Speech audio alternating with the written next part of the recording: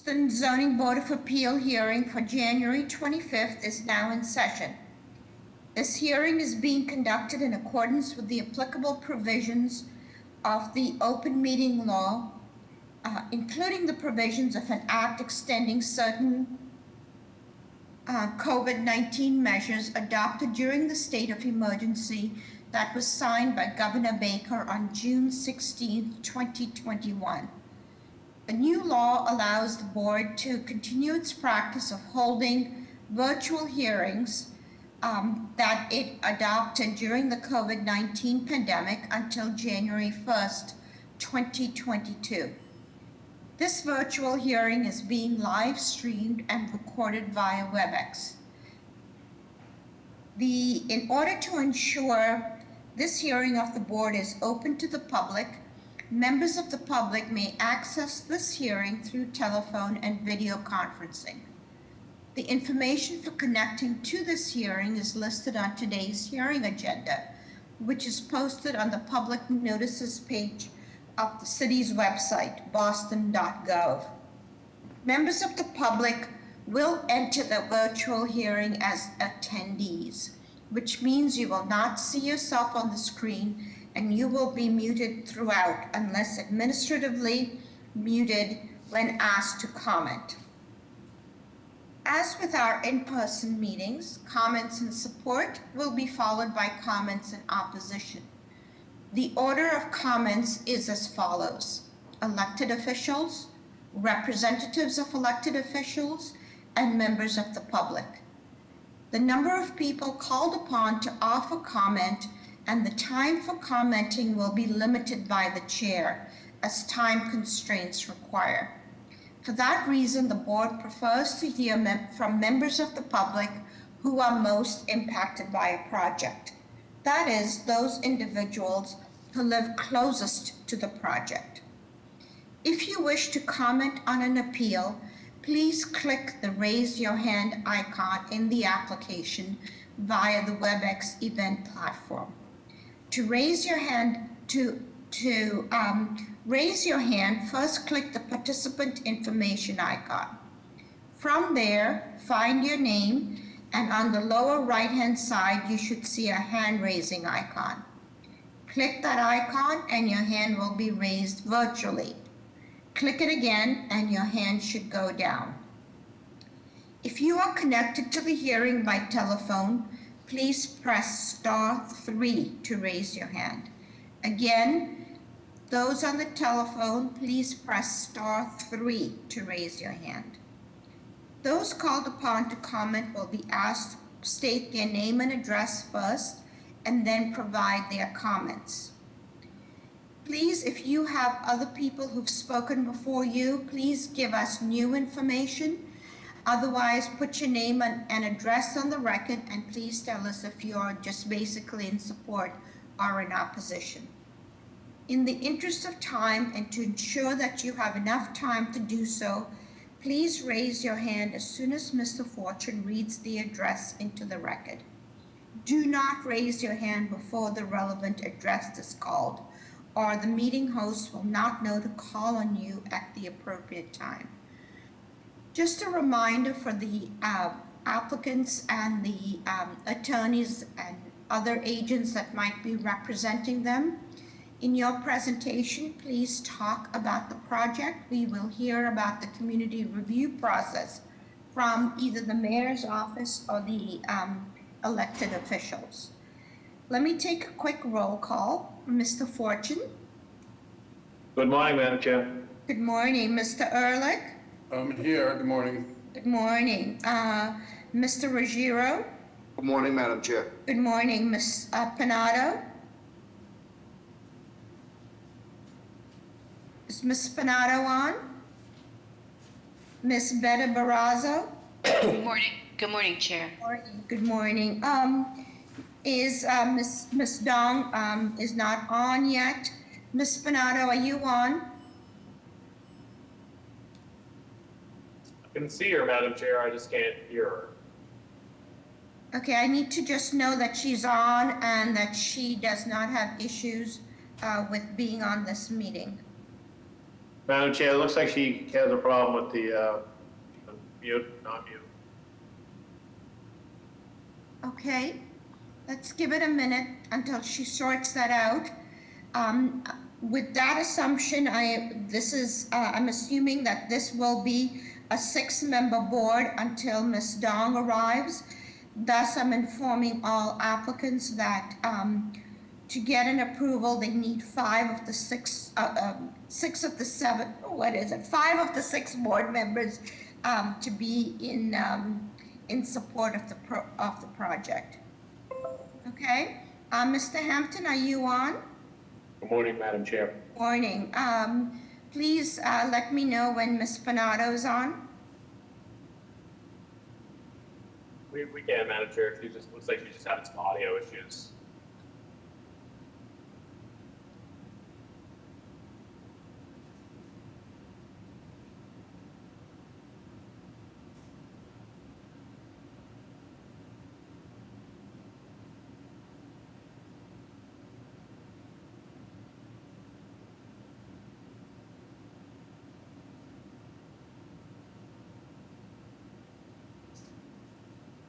In the meantime, I guess we can just go ahead with the extensions.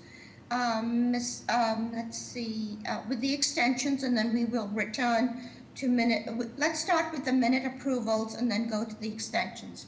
Okay, and then let's hold for the hearings until we know Ms. Panato's certainly on. Okay.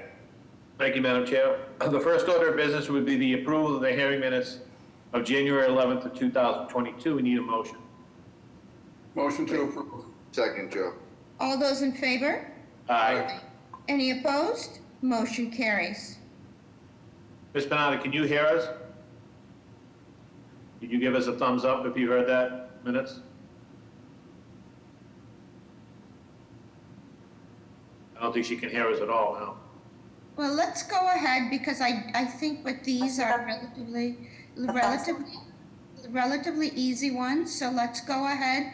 In the meantime, I'm relying on Tom and the team to make sure that she's has the ability to not only hear but also be heard.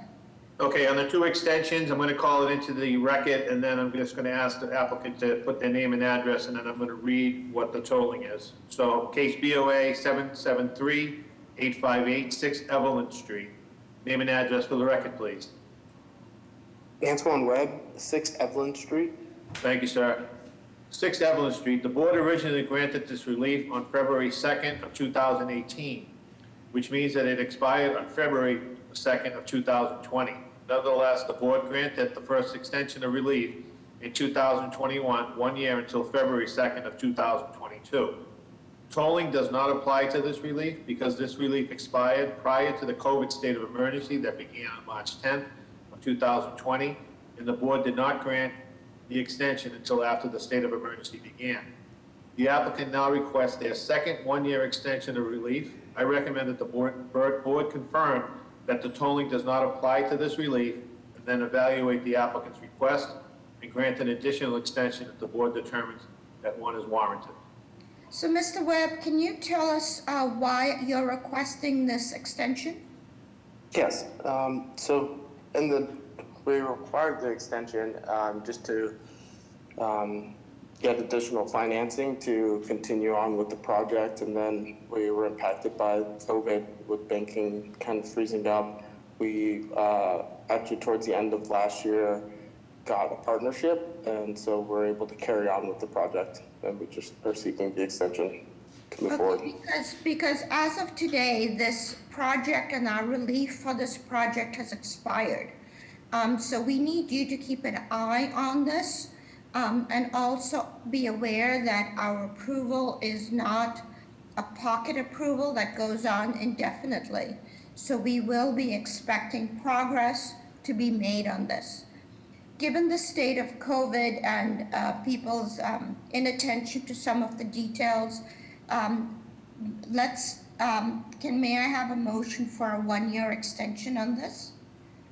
So moved. Is there a second? Second. All those in favor? Aye. Aye. Any opposed? Motion carries. So please keep a note of this, okay, Mr. Webb? Yes, I will. Thank you.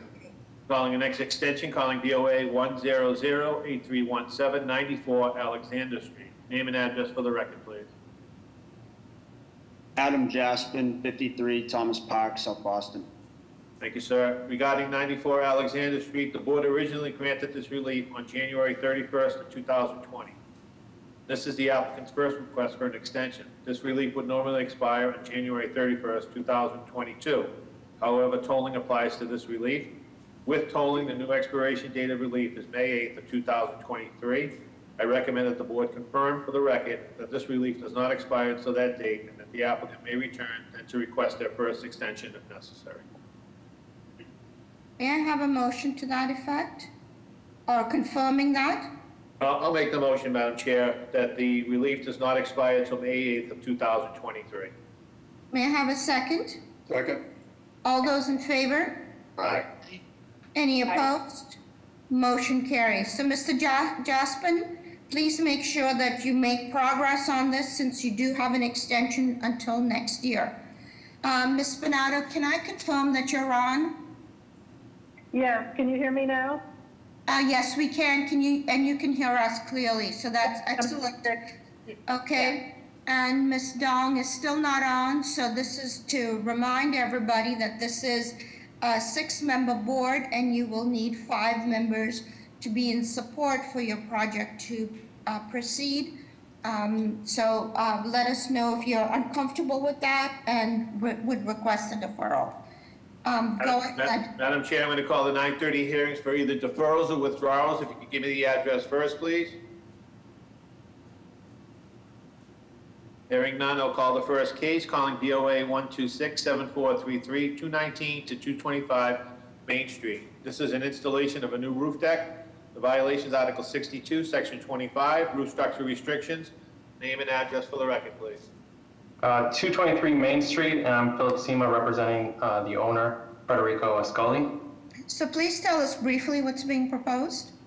So we are proposing a 683 square foot roof deck on top of an existing mixed-use 3-story building. There'll be some exterior power and storage bin that will be associated with it.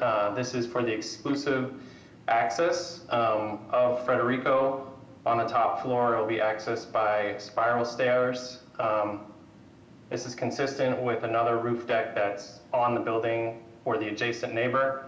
And we've held back the location of the roof deck such that it is not visible from Main Street, from the farthest end on Main Street to the top of the railing.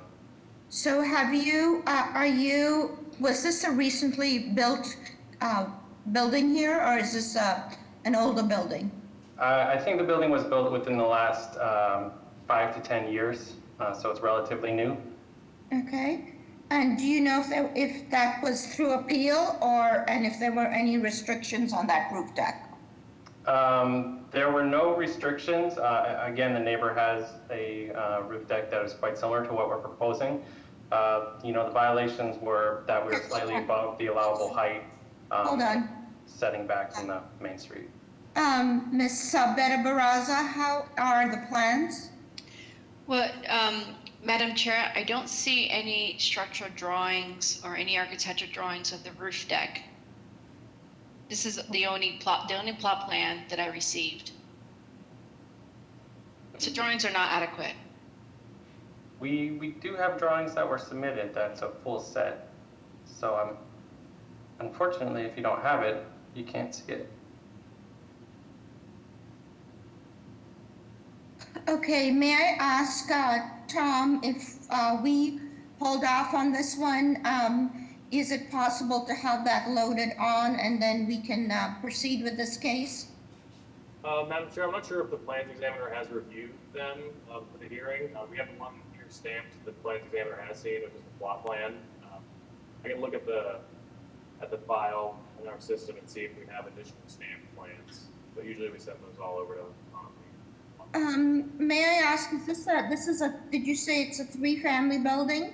I believe there are 4 units in the building and then a commercial ground floor. This three-story building. May I have a deferral until the next meeting, please? Madam Chair, I'll make a motion to defer, but before we do that, just so we don't waste our time, can the applicant describe what the access to the roof deck is? He said spiral staircase, but what does that mean?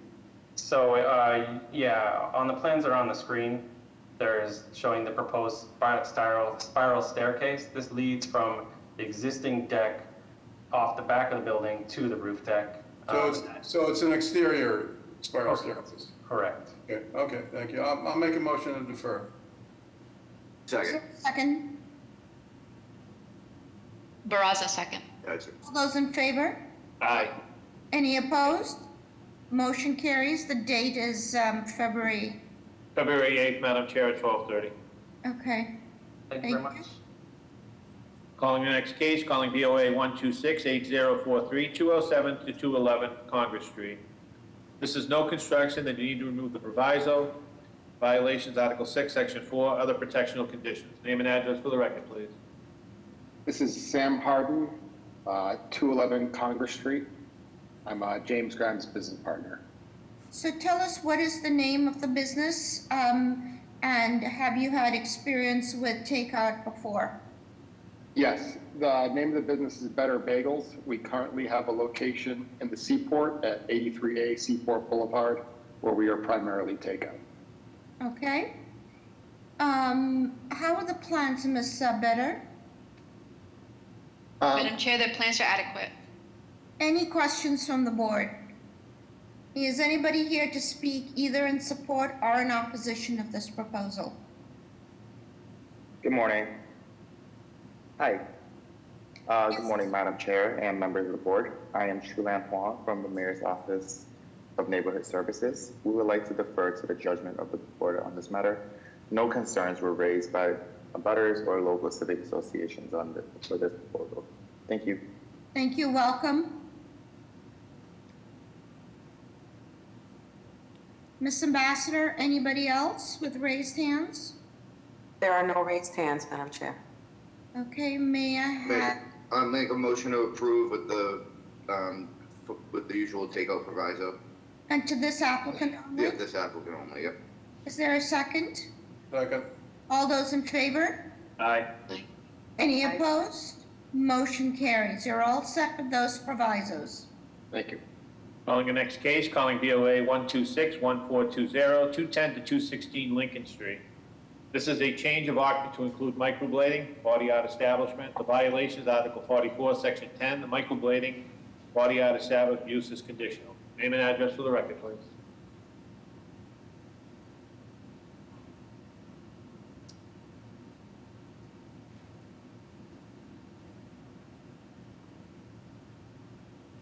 Mr. Wang on, I believe.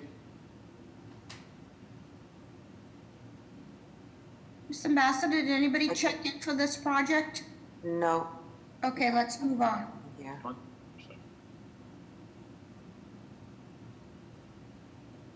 Yeah, he's on, Madam Chair. He's under Ms. My name is last name Wang, W-A-N-G, first name Hongjiang. I'm the. Okay, please put your name and address on the record and tell us what's being proposed. Okay, my last name is Wang, W-A-N-G, first name Hongjiang. The location is 210-216 Lincoln Street, Boston, 0211111. Actually, I just the neighborhood member speak to me. They need more time to set up. Want to hear more detail what I'm doing. So I need. Okay, just let me ask you. So this is an existing spa, is it? This is the existing spa, yeah. Okay, and you're just adding two microblading seats. Is that what it is? Yes. We already have existing the room for this service. So. Okay. And how are the plans, Ms. Better? Madam Chair, the plans are adequate. Any questions from the board? Is anybody here to speak in support or in opposition of this proposal? Hi. Good morning, Madam Chair and members of the board. I am Chulan Huang from the Mayor's Office of Neighborhood Services, who would like to defer to the judgment of the board on this matter. I apologize, but I don't have any further details about this case and would like to defer to the judgment of the board. Thank you. Welcome. Good morning, Madam of the Chair, members of the board, Ana Calderon from Councilor Flynn's office.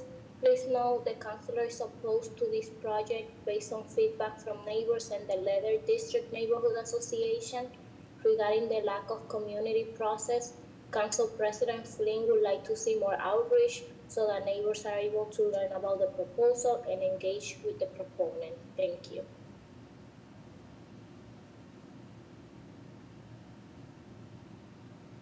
Okay, so this is Ms. Ambassador, any other raised hands? There are no raised hands, Madam Chair. Okay, this is a minor accessory use, which we've been seeing more of. May I have a motion, but one that includes continued outreach to the community? I'll make a motion for approval with the proviso that outreach to the community be made to inform them of the new venture. Thank you. Is there a second? Second. All those in favor? Aye. Aye. Any opposed? Motion carries. Mr. Wong, please make sure that you reach out to the community and to the elected officials. Thank you. Calling the next case, calling VOA 127-8630, 748 East Broadway. This is constructing a new 4-story building with 9 residential units. First floor retail on combined lots at 748 East Broadway, 750 East Broadway, 65 L Street, and demolish all existing buildings. The violations, Article 68, Section 8, insufficient lot size. Article 68, Section 8, excessive FAR. Article 68, Section 8, the building height is excessive. Article 68, Section 8, insufficient use of open space. Article 68, Section 8, insufficient front yard setback. Article 68, Section 8, insufficient side yard setback. Article 68, Section 8, insufficient rear yard setback. Article 68, Section 8, insufficient additional lot area per unit. Article 68, Section 33, off-street parking and loading. Article 68, Section 34.2, traffic visibility across the corner. And Article 68, Section 8.3, dimensional regulations, the location of the main entrance. Name and address for the record, please.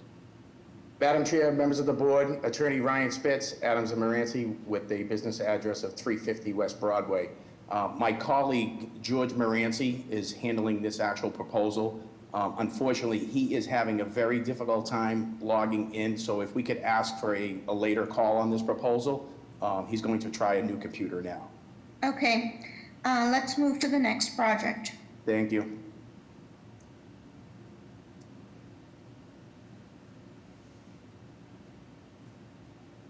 Calling the next project, calling BOA 124-9462, 324 to 328 West Broadway. This is on a vacant parcel, erect a new 5-story mixed-use building, 2 commercial units and 8 residential units with front and rear roof decks and elevator. The violations, Article 68, Section 29, roof structure restrictions, roof decks are proposed. Article 68, Section 33, off-street parking and loading. Article 68, Section 34.1, the conformity with the existing building alignment. Article 68, Section 8, 40-area ratio is excessive. Article 68, Section 8, the building height is excessive in feet. Article 68, Section 8, the usable open space is insufficient. Article 68, Section 8, the rear yard is insufficient. Article 68, Section 8, the lot area is insufficient. And Article 68, Section 8, the additional lot area is insufficient. Name and address for the record, please. Yes, Mr. Secretary. Tim Johnson, architect, 599 East Broadway. I apologize, Madam Chair, I could not get on earlier. My clients are respectfully requesting a deferral. We still have some comments with the neighborhood to work through, and we need a little bit more time. May I have a motion, please? Motion to defer. Is there a second? Second. All those in favor? Aye. Aye. Any opposed? Motion carries. The date, please? It would be February 15th at 12:30. Thank you, Mr. Secretary, Madam Chair. Calling the next case, calling BOA 124-6711, 593 to 595 Albany Street. This is erect a new 9-unit multifamily dwelling with grade parking and roof deck, proposed retail on the ground floor. The violations, Article 32, Section 4, G-card applicability. Article 64, Section 16, the floor area ratio is excessive. Article 64, Section 16, the building height is excessive. Article 64, Section 16, the rear yard is insufficient. Article 64, Section 36, off-street parking and loading. Article 64, Section 36, off-street parking and loading is insufficient. Article 65, Section 15, a multifamily dwelling use condition. Name and address for the record, please. Good morning, Madam Chair, members of the board. Mark Lacasse, Lacasse Law, 75 Arlington Street in Boston. With me at the hearing today is the project proponent, Andrew Broussard, ABRE Capital, and our architect, Catriel Julian from Stack & Company. This is a proposal to raise an existing two-story building at the corner of Albany Street and East Canton Street, which currently houses, or formerly housed, the Baha'i Center. The building is in serious disrepair and is under currently violations from ISD regarding its structural stability, and I can talk a little bit more about that with respect to the dealings that we've had with the South End Landmarks District Commission on the proposal to raise the building. Assuming that the... Just hold on a second. Christian, are you on? Yes, Madam Chair, good morning. Good morning. We have Christian Simonelli, Boston Groundwater Trust, and we have both the Boston Water and Sewer approval and no harm letters. Okay. Madam Chair, we have those letters as well. Okay. Madam Chair, this is Tom. Member Dahl should be on at this point. And can she hear? And is she unmuted? Because I think I just got a private text and somehow WebEx is not allowing me to respond to her that she needs to be unmuted. I made her a panelist, so she should be able to control that at this point. Ms. Dong, are you on? Yes, now it works.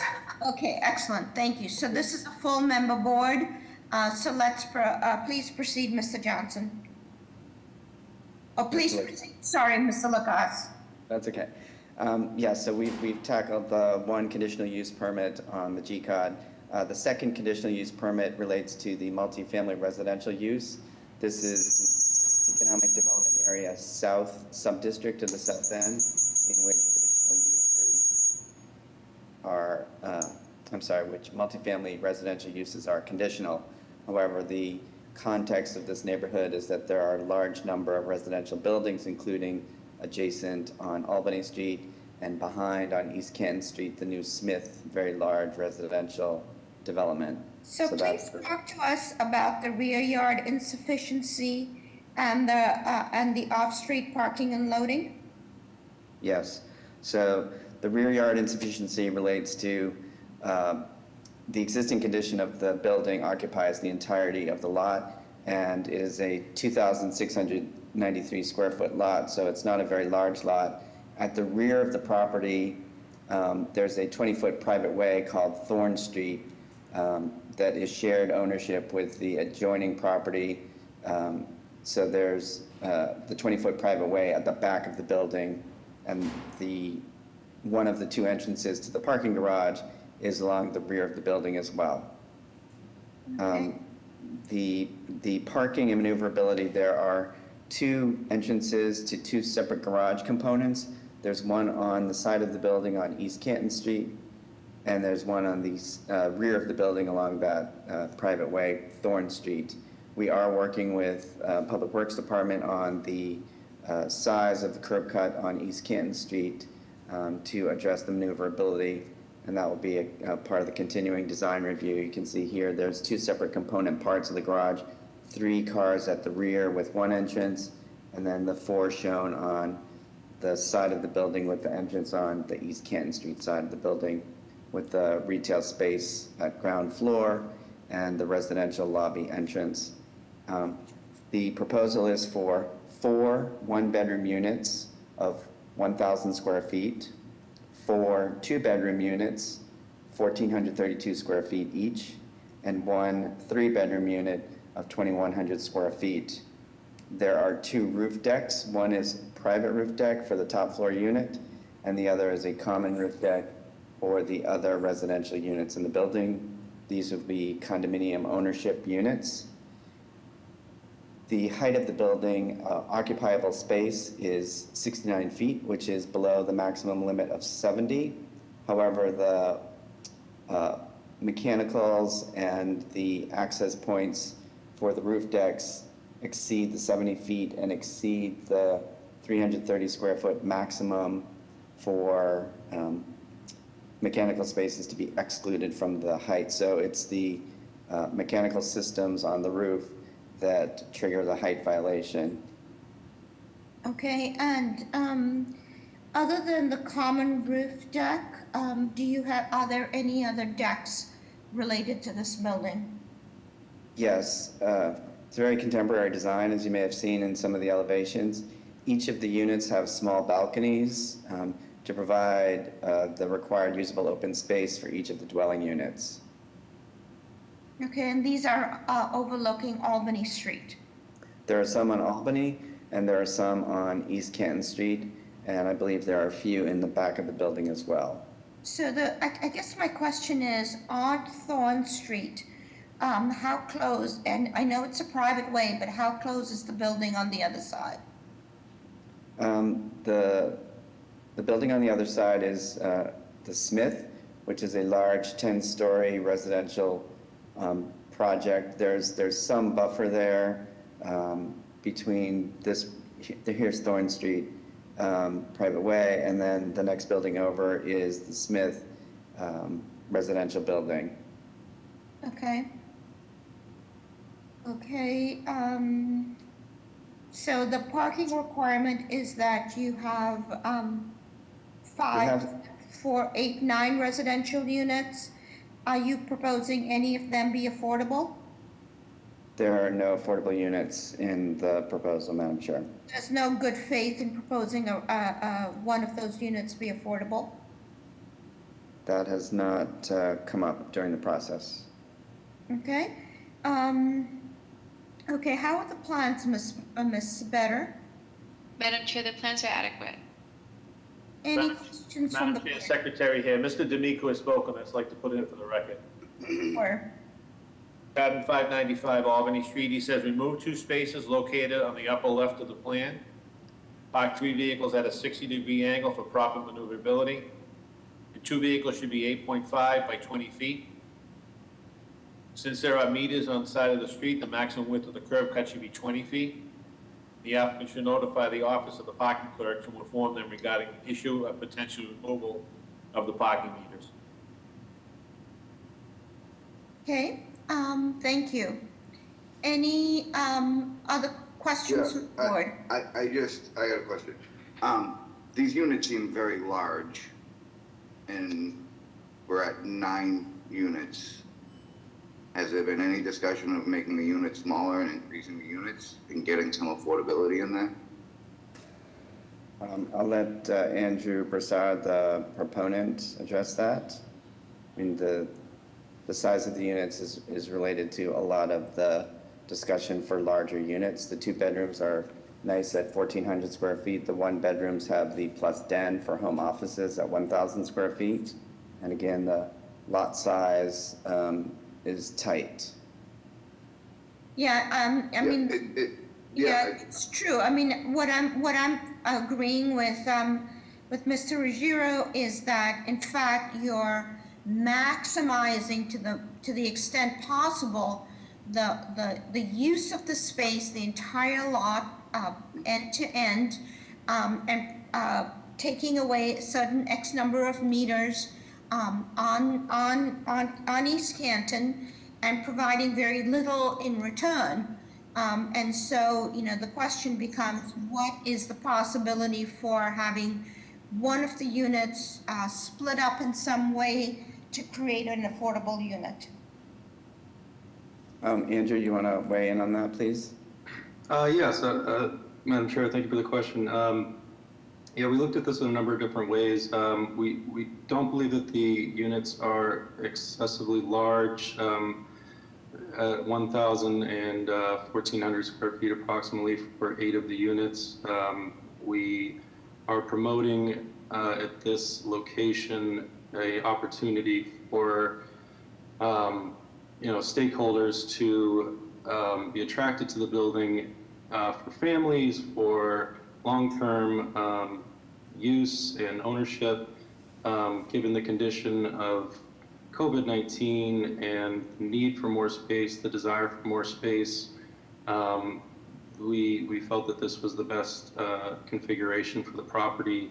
Also, being a very constricted space, the access for the staircases, corridors to access the units, and elevators, there would be significant loss of usable space should we reconfigure to more smaller units. But I mean, the way I look at it is that, if, you take a couple of those one bedrooms and decrease the space somewhat, you can reach different, you can actually create an additional unit.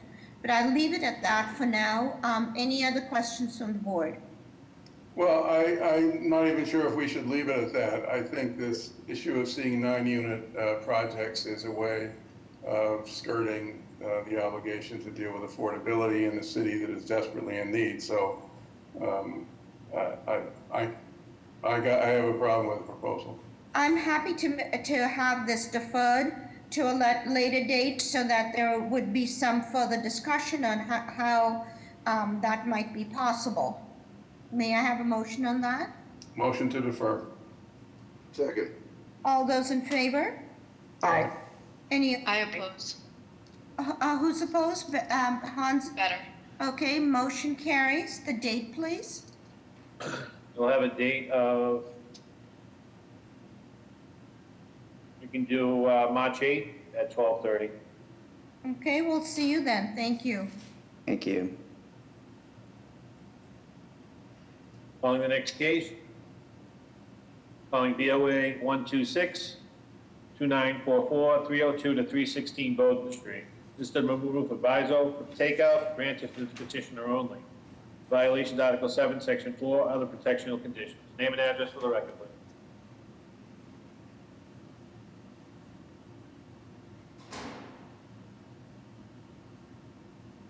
Is there a Mr. Reed on? REID? I do not have a Mr. Reed. Okay, we'll go back to that one. Calling the next case, calling BOA 127-7205, 60 Church Street. This is to legalize the existing driveway and proposed curb cut. The violation Article 65, Section 65-41.5, the parking size and maneuverability. Article 65, Section 9, the side yard is insufficient.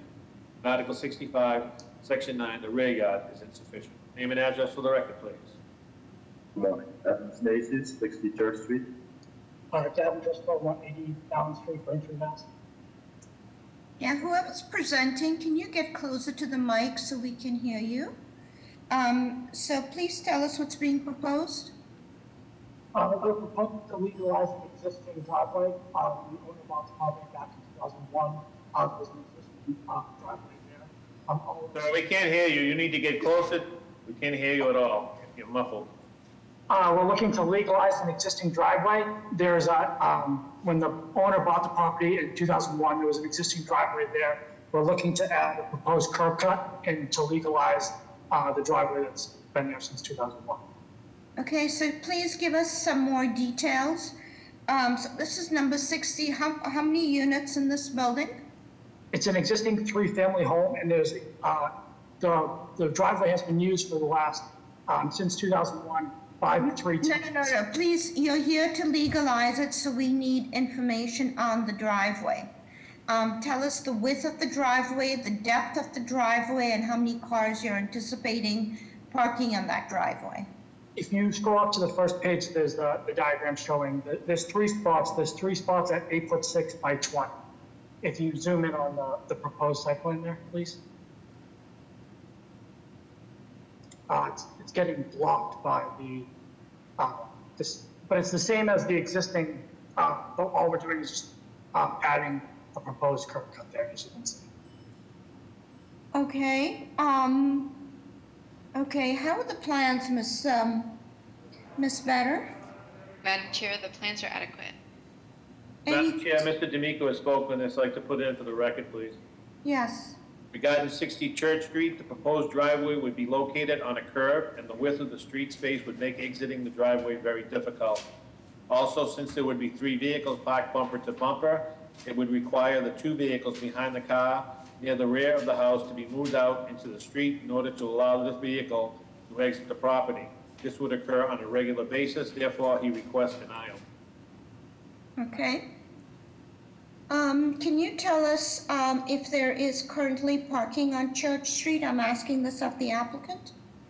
Currently, there's parking on one side of the street, and it is in a 3-family zone, so there is a lot of parking, and there isn't a lot of parking on the street. And the applicant has been using this in the past, and he has Let me ask you, is there parking on this side, on the number 60 side of Church Street? There isn't, so you wouldn't be taking away any spots, you would just be adding the 3 that's there. Okay, excellent. Is anybody here to speak either in support or in opposition of this proposal? Good morning, Madam Chair, members of the board. Denise DeSantos here from the Mayor's Office of Neighborhood Service. At this time, we would like to defer to the board. This applicant did meet with the proper community groups and direct abutters, and they do have direct abutters and community leader support. Thank you.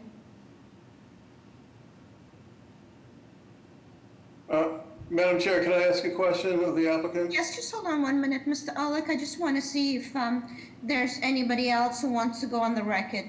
Madam Chair, you have one raised hand.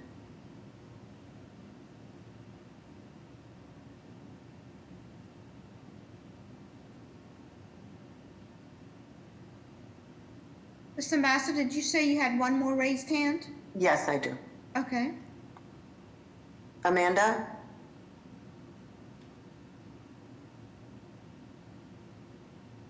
Go ahead, Amanda. Turn muted. Email. This is Joe McEachran with City Councilor Frank Baker's office. We're in support of the driveway, Madam Chair, members of the board. Thank you.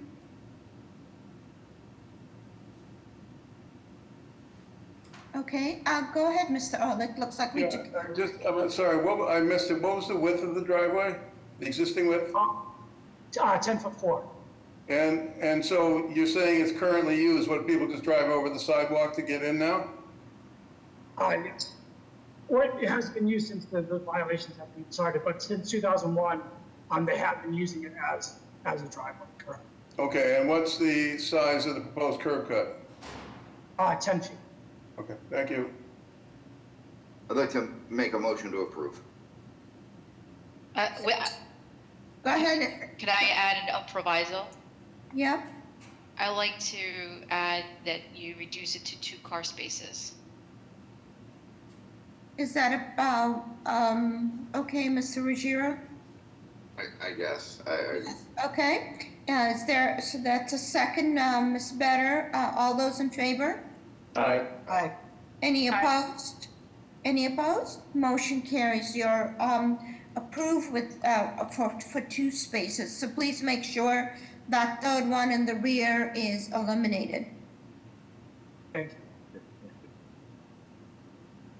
Madam Chair, would you like me to go back to the other 2 because this next one's a cannabis? It might be a little while before we... Yeah, sure. Okay. I'm going to go back to Bowden Street, BOA 1262944, 302 to 316 Bowden Street. Are you on?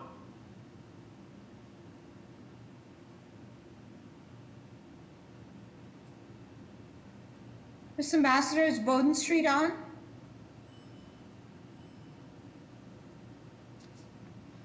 Okay, and then we're going to go back to the first case we call Mr. Spitz with Mr. Moranci. Is Mr. Moranci on? Yes, I am, Mr. Fortune. All right, I'm going to call that into the record, calling BOA 1278630, 748 East Broadway. To go through the violations one more time here. This is a construct a new 4-story building, 9 residential units on the first floor, retail space and combined lots at 748 East Broadway, 750 East Broadway, 65 L Street and L Street. Demolish all the existing buildings. The violations, Article 68, Section 8, insufficient lot size. Article 68, Section 8, excessive FAR. Article 68, Section 8, building height excessive. Article 68, Section 8, insufficient open space. Article 68, Section 8, insufficient front yard setback. Article 68, Section 8, insufficient side yard setback. Article 68, Section 8, insufficient rear yard setback. Article 68, Section 8, insufficient additional lot area per unit. Article 68, Section 33, off-street parking and loading. Article 68, Section 34.2, traffic visibility across the corner. And Article 68, Section 8.3, dimensional regulations, the location of the main entrance. Name and address for the record, please. Good morning, Madam Chair, members of the board. My name is George Moranci. I'm an attorney with the business address of 350 West Broadway in South Boston. I represent Joey Arcari, who is the owner of the property. Dennis Greenwood from Sousa Design Architects is also here. Madam Chair, members, if this address sounds familiar and the project sounds familiar, it is because it has been before this board before. Last year, it was approved by the board with the ground floor restaurant. However, it was then discovered that there was an error with the advertising. It came back a few weeks later, and it was denied by the board at that time, again, with the ground floor restaurant. My client has removed the restaurant and is now proposing essentially the same project, 9 dwelling units above a ground floor commercial unit, undefined commercial, as of now only something that would be allowed by code. The lot is 4,500 square feet. It's located at the... Mr. Moranci, let me just get some clarification. So this, when was this approved by the board the last time? I want to say...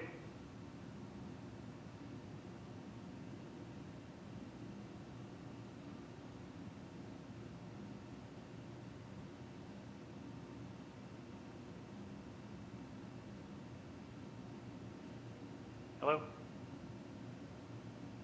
Am I being heard? I can hear you. I don't know what you said. Okay, now I can hear. I don't know what happened. I couldn't hear anything. I did respond to the chair that I think it was approved, I think it was June of last year or thereabouts. Madam Chair? Madam Chair, we can't hear you. Oh, what's happening? Sorry, I don't know why I went on automatic mute, but so let me see if I can get this right. So everything as far as the building is concerned, as far as the violations are concerned, everything is the same. Was there any, so besides the restaurant and the conversion of the restaurant from the proposed restaurant to the retail is the only change? That is correct. Were there any provisos put on that approval? Well, the approval was subsequently undone because, as I mentioned, it was subsequently... Let me go back. Were there any provisos put on that approval? Design review. Design review, okay. And then subsequently it came back because of the restaurant use? It came back, no, because I had 2 hearings, and I believe notices for one hearing went out to the addresses of the other project and vice versa. So both this and a project on Dorset Street in Dorchester came back for a second time. Dorset Street was reapproved. This, at the second hearing, was denied. There was quite a bit of objection to the restaurant at that hearing. Okay, I'm just trying to figure out, so I do think we need to get full testimony on this then. Yes, okay. I agree. Okay, so how are the plans, Ms. Better? Madam Chair, the plans are adequate. Any questions from the board? Mr. Moranci, can you give us the breakdown on the unit sizes? Certainly. Just mentioned that it's a 4,500 square foot lot. It's located at the corner of L and East Broadway, which puts it in an MFR LS, multifamily residential local service district. There would be 3 floors of 3 units each above the commercial space. There would be 6 one-bedroom units and 3 two-bedroom units. And all of the units would range in size from 970 to 1,054 square feet. So again, that includes the 6 one-bedrooms and the 3 two-bedrooms. Ground floor commercial. For a second. Yes, certainly. Got the person doing our hearing presentation has been kicked out of the WebEx, so the plans are not presented currently. Wait a couple of minutes, let her walk. Sure. Okay. In the meantime, let me find out, is anybody here to speak? Miss Better, I did ask you about the plans. That's correct. The plans are adequate. Is anybody here to speak in support of this proposal? Hi, Madam Chair, members of the board, Haley Dillon, Mayor's Office of Neighborhood Services. We'd like to defer the vote to the board. We would like to put on record that we do have letters of support as well as opposition, and we do have a letter of support from the Civic Association in this area, Gate of Heaven. Thank you. Good morning, Madam of the Chair, members of the board, Ana Calderon from Councilor Flynn's office. Please note Councilor Flynn remains in support of this project, which proposes to construct a new 3-story building with 9 residential units in for an unspecified commercial space at this time. The councilor's support is based on feedback from neighbors and the support of Gate of Heaven Neighborhood Association. We have been informed that the proponent has worked with neighbors in the civic group in good faith to address a number of concerns about the original proposal, and eventually they were able to arrive at a compromise on key areas such as the height of the building, now reduced from 45 feet to 42 feet 11 inches, as well as 5-foot setback created in the rear. Moreover, the number of units was reduced from 11 to 9 with no decks or roof decks. In addition, the proponent has committed that they will work closely with the Boston Transportation Department to add this location to its list of rental properties ineligible for residential parking tickets, which will help alleviate concerns about adding additional residential vehicles to the existing parking difficulties in the area. We acknowledge that while these compromises have gained the support of some neighbors at the civic group, opposition remains for other neighbors in the area, but Councilor Flynn's support stems from the proponent's willingness to work with all stakeholders, and it is the councilor's desire to see them continue to work together with the abutters, neighbors, and both the Gate of Heaven Neighborhood Association and City Point Neighborhood Association on any outstanding concerns. Thank you. Madam Chair, members of the board, Paul Sullivan, for City Council at Large Michael Flaherty. Council Flaherty has consistently opposed zoning relief under Article 68, but he recognizes the unique conditions existing along East Broadway. This project is consistent with ongoing redevelopment occurring along South Boston's main commercial thoroughfares. The developer reduced the unit count, the building site, agreed to residential parking restrictions, and removed the restaurant component. If the project is approved, Council encourages the proponent to work closely with the abutters and community at large to address any concerns. Thank you. Madam Chair, Secretary here, we have those letters that the mayor's office spoke about. So let me ask people who are here to speak in please give us new information. So go ahead, Ms. Ambassador, please get the rest of the people on. Perfect. I have 3 raised hands. So Angelique, you've been unmuted. You there? Angelique?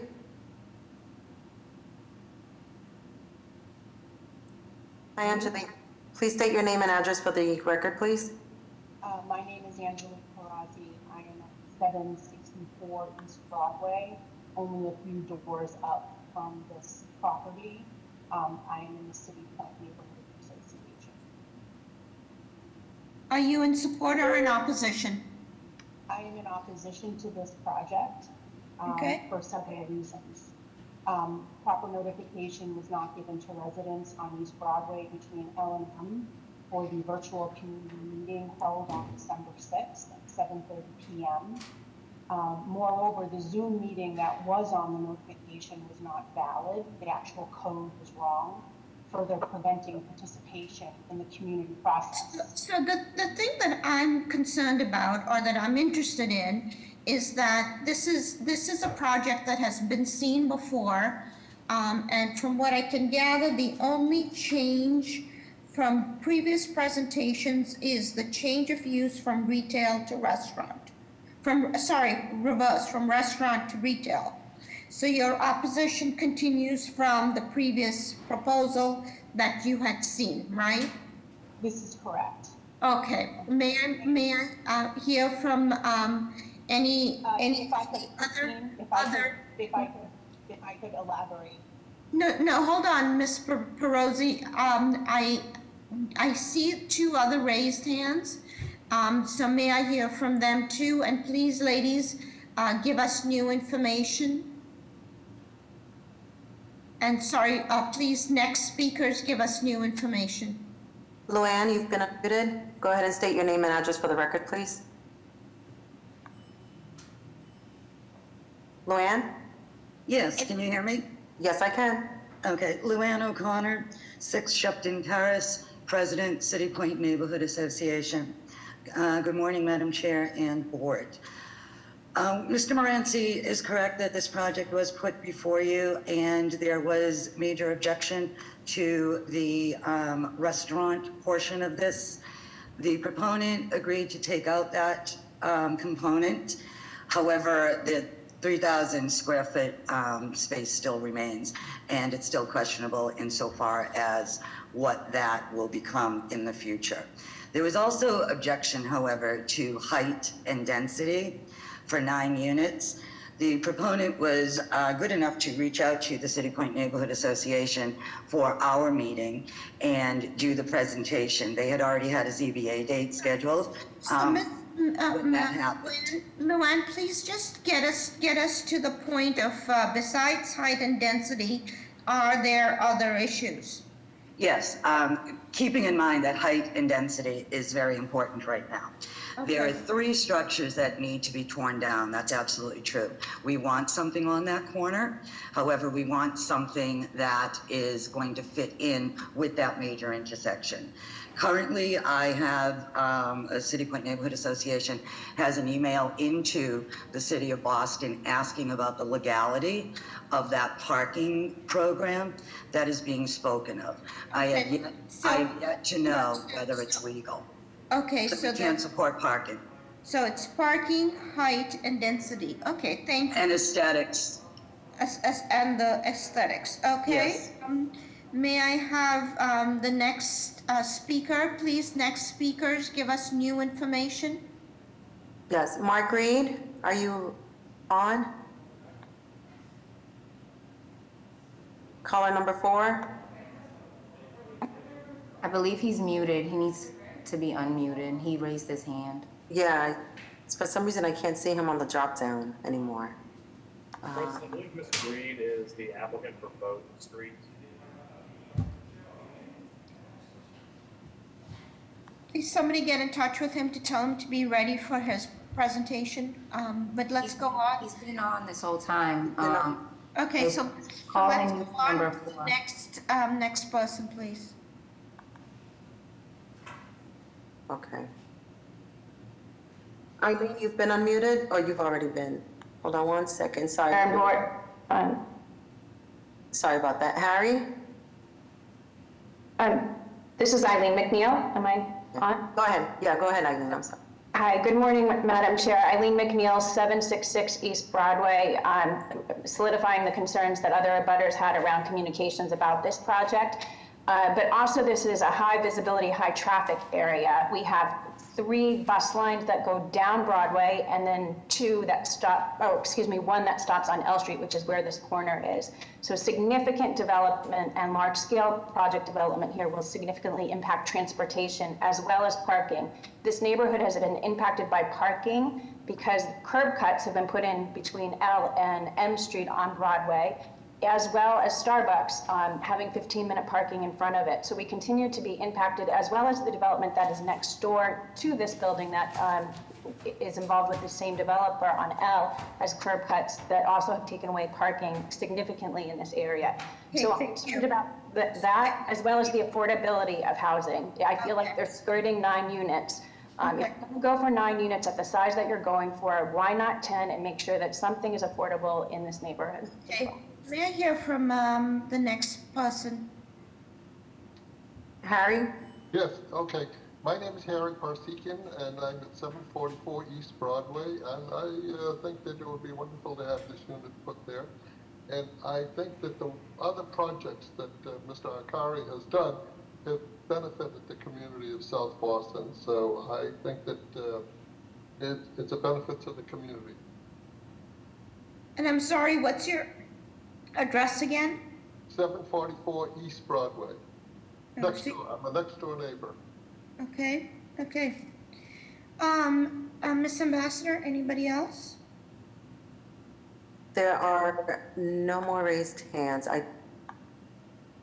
Okay. All set. Excuse me? Hello? Yes? Hello? I'm sorry, my name's Dan Lazarchik. I've had my hand raised.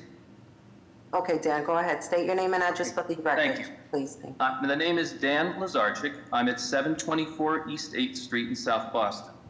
I am opposed to this proposal, and I want to point out to you that this corner of Broadway and L. Hold on, Dan.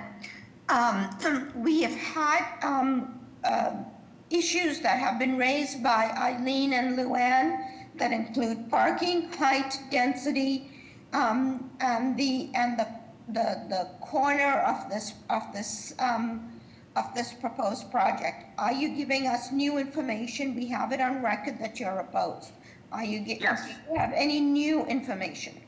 Yes, I believe I do. Okay, please put it on the record so we Okay. can proceed.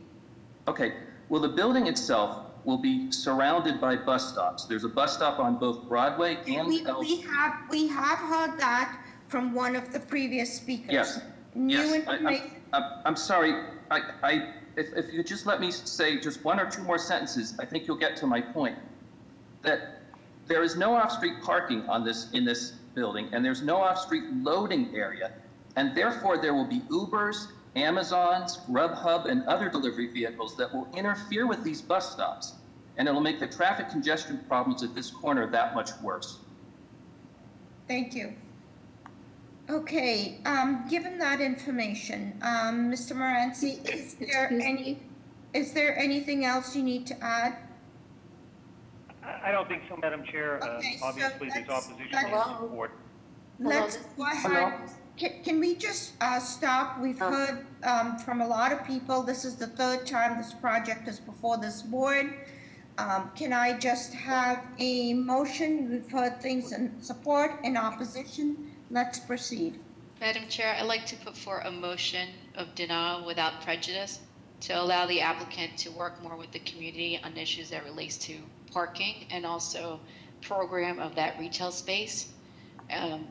So what I need to understand is that we have two community groups here. If somebody can clarify, is Anna here from Councilor Flynn's office? Because we have Gate of Heaven that's in support, we have City Point that's in opposition, and we have abutters who are in support. So I kind of need to understand who is closer to this project. And may I hear from either the councilor's office or the mayor's office on this? Hi, Mr. Chairwoman. This location is specifically in the Gate of Heaven Neighborhood Association, who is in support of the proposal. But Okay. it is close proximity to the City Point as well. Okay, so, okay, I don't know if that has an impact, Ms. Better, but for clarification, I still would like to put forward the motion of denial without prejudice to just give a little bit more time to really work with the community on retail program amenities that benefit the community. Is there a second? I'll second that. All those in favor? Aye. Aye. Any opposed? Madam Chair, I have 3 raised hands. Motion carries. Okay, let's move to the next project. I believe Mr. Reed is on from Bowden. Mr. Reed on? Yes, good morning. Okay, hold on 2 Madam Chair, seconds. members Hold of on the 2 board. seconds. Sorry, hold on. Calling case BOA 126-2944, 302 to 316 Bowden Street. This is a removed proviso for takeout granted to this petitioner only. The violation is Article 7, Section 4, other protectional conditions. Name and address for the record, please. Yes, good morning, Madam Chair, members of the board. My name is Mark Reed, 310 Bowden Street in Dorchester. And so tell The me, name of the restaurant is the Hummingbird. what's the name of your restaurant again, please? Can you get closer to your mic and tell us what your restaurant is? The name of the restaurant is the Hummingbird. Okay, and do you have experience running takeout projects or restaurants in the city of Boston? Yes, Madam Chair, 30 years. Yeah, in the city, not in the suburbs, right? No, ma'am, in the city, ma'am. Okay. How are the plans, Ms. Better? Madam Chair, I have no documents for this project. Okay, Mr. Reed? Inadequate.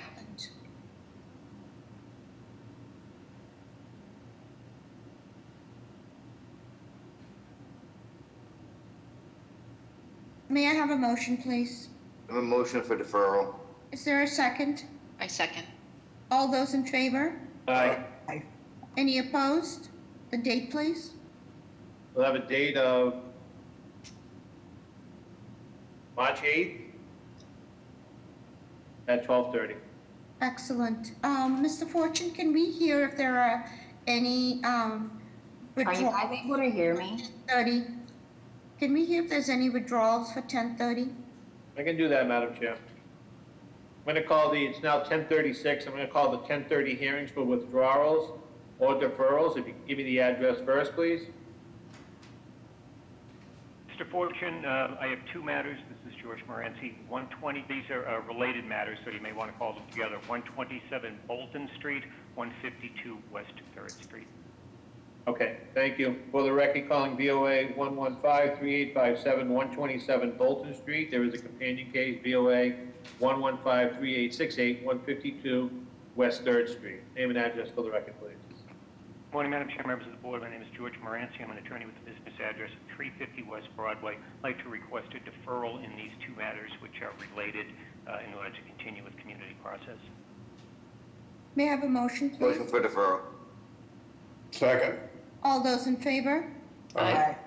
Any opposed? The date, please? Mr. Moranci, when are the communities meeting again? You could, if, I guess We can go anywhere into the March, we can go into the March dates, either the 8th or the 22nd. March 8th would be adequate. Okay, I'll make a motion for March 8th at 12:30. Okay, we'll see you then. Thank you. Are there any other deferrals or withdrawals for 10:30? Address first, please. I think that's it, Madam Chair. Okay? I'll go to the last case for the 9:30 hearings. Case BOA 864-804, 17 Bay Street. This is on the rear lot of an existing auto body repair shop. Place 4 shipping containers in order to cultivate and grow cannabis and lettuce on the site. The violations, Article 53, Section 54, screening and buffering. Article 53, Section 23, the rear yard is insufficient. And Article 53, Section 22, the cannabis establishment is a conditional use. Name and address for the record, please. Sean Cooney, 77 Pond Street, and I'm the petitioner. Okay, so tell us what you're proposing to do. Our proposal is to put a cannabis cultivation facility in addition to the existing lettuce cultivation facility at 50 Condor Street in East Boston.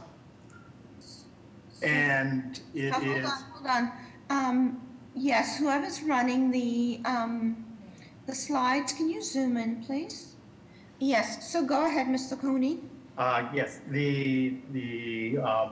it's 50 Condor Street, which is part of a through lot, so that what has been considered the back lot is actually the frontage of the space. Our lease is for 50 Condor Street for approximately 2,000 square feet, running 100 feet along Condor Street. There are currently 4 shipping container farms that are placed there under allowed use of Article 89 and have been in existence there for approximately 3 years. We've finished our host community agreement with the City of Boston. We've got support from Lydia Edwards, Adrian Madaro, and the Eagle Hill. Well, we'll get all of that. You're here to tell us about the project and the reason why we should be considering it. Okay? Thank you. Yes, the project is converting the use of 2 or 3 of the containers that are currently there on Condor Street to cannabis use. There's basically it's a zero frontage use. The majority of the use from 130 Condor Street down to 46 are all zero frontage, zero setback usages on Condor Street. So tell us about your proposed hours of operation, and is it 3 or 2? Because we need to have clarification. We know that there are 4 shipping containers on site. Give us the breakdown of lettuce versus cannabis. It'll be 3 cannabis and 1 lettuce. Okay, and so tell us about the hours of operation, and pickup and delivery, all those kind of issues, because across the street looks like there are residential uses, and will all these traffic be coming through Condor or Main Street? Okay, the hours will be pretty much 7 to 6 availability. There will be no night access unless there's a technical problem that needs to be fixed, there would only be 1 person fixing it. Their pickup and deliveries will probably be less than once a week. There's no retail access, and there would mostly be a delivery setup where the product would be delivered either to dispensaries in Boston, manufacturing facilities in Boston, or around Eastern Massachusetts. So there'll be no excess people going in and out of there. And how many staff do you anticipate being on site? I anticipate initially there being about 6 people on site. Okay. And what other uses on the site? For me, just cultivating lettuce. Okay, so tell us about the auto body repair shop. The auto body repair shops have access to the site from the Nay Street side. I have I don't work with them at all. Okay. And they all come in from Nay Street. Okay. Okay. Let's see what else. Will there? I don't know enough about cannabis cultivation, but will there be drying or other kind of processing on site? There will be drying and packaging of the cannabis on site. It will be done in each individual unit. There'll be no movement from one to the other. In accordance with the CCC rulings or regulations, there are odor controls that will be in place. There are access controls that will be in place. And the plan is to basically add a screening of the units from the street with cedar siding to the units to actually make it more pleasant, even more pleasant than it is compared to what it was before the units were there. And where will your staff be parking? The staff will be parking either on Condor Street. I can lease space on the Nay Street side, and they can come around. And there are, I think, 3 or 4 MBTA lines running 200 feet away on Meridian Street. Okay. How are the plans, Ms. Better? Madam Chair, I wish the plans were a little bit better. I guess the only substantive part is that there are four trailers right there by Condor Street, across the street from residential uses. Correct. Right? So these trailers are existing, right? We're just converting. They are existing. Yes. Okay, so we're converting the use. What is security for the trailers seem. The existing security is fairly minor because we're growing lettuce there, and the threat. And we've been growing lettuce in East Boston for 7 years. There's been no cases of break-in. We're well connected in the community. Yeah. The difference for cannabis is that there will be biometric locks put in, and the actual doors will be fortified. so that people can be tracked, traced, in and outs can be traced. What they're touching in the facilities can be traced. But that's the difference. I mean, the units are core 10 steel, aluminum, and stainless steel. Break-in is really just a question of access through the doors. Okay. Ms. Vedder, does this will help? Yeah, so this is located on Condor Street, and does it have to be located there? Can it be located at the rear? Closer to Nay Street, where it's more industrial use? It would be difficult to locate it there. It would basically cut off the access for the other people who are renting there. Okay. So I think my question is. The neighborhood is okay. Hold on. We're looking at it from a land use perspective. Yeah.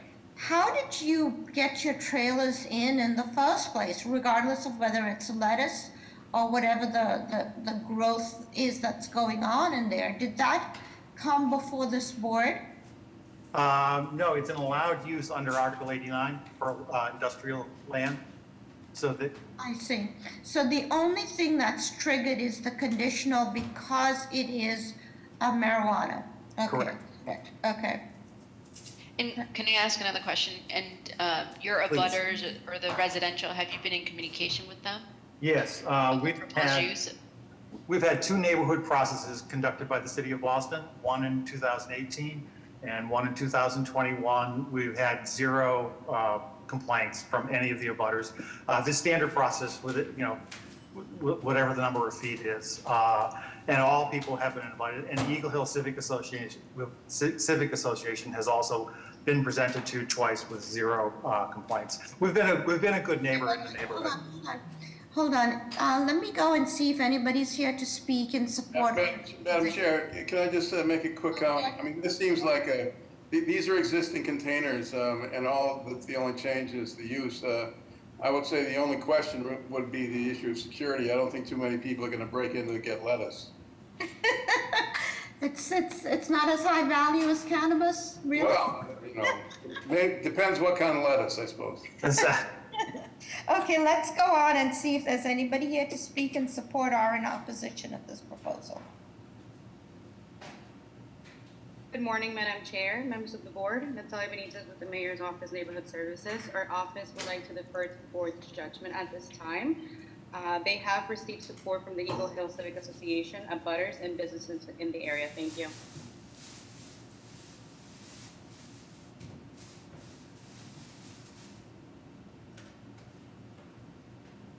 Madam Chair, I do have one raised hand.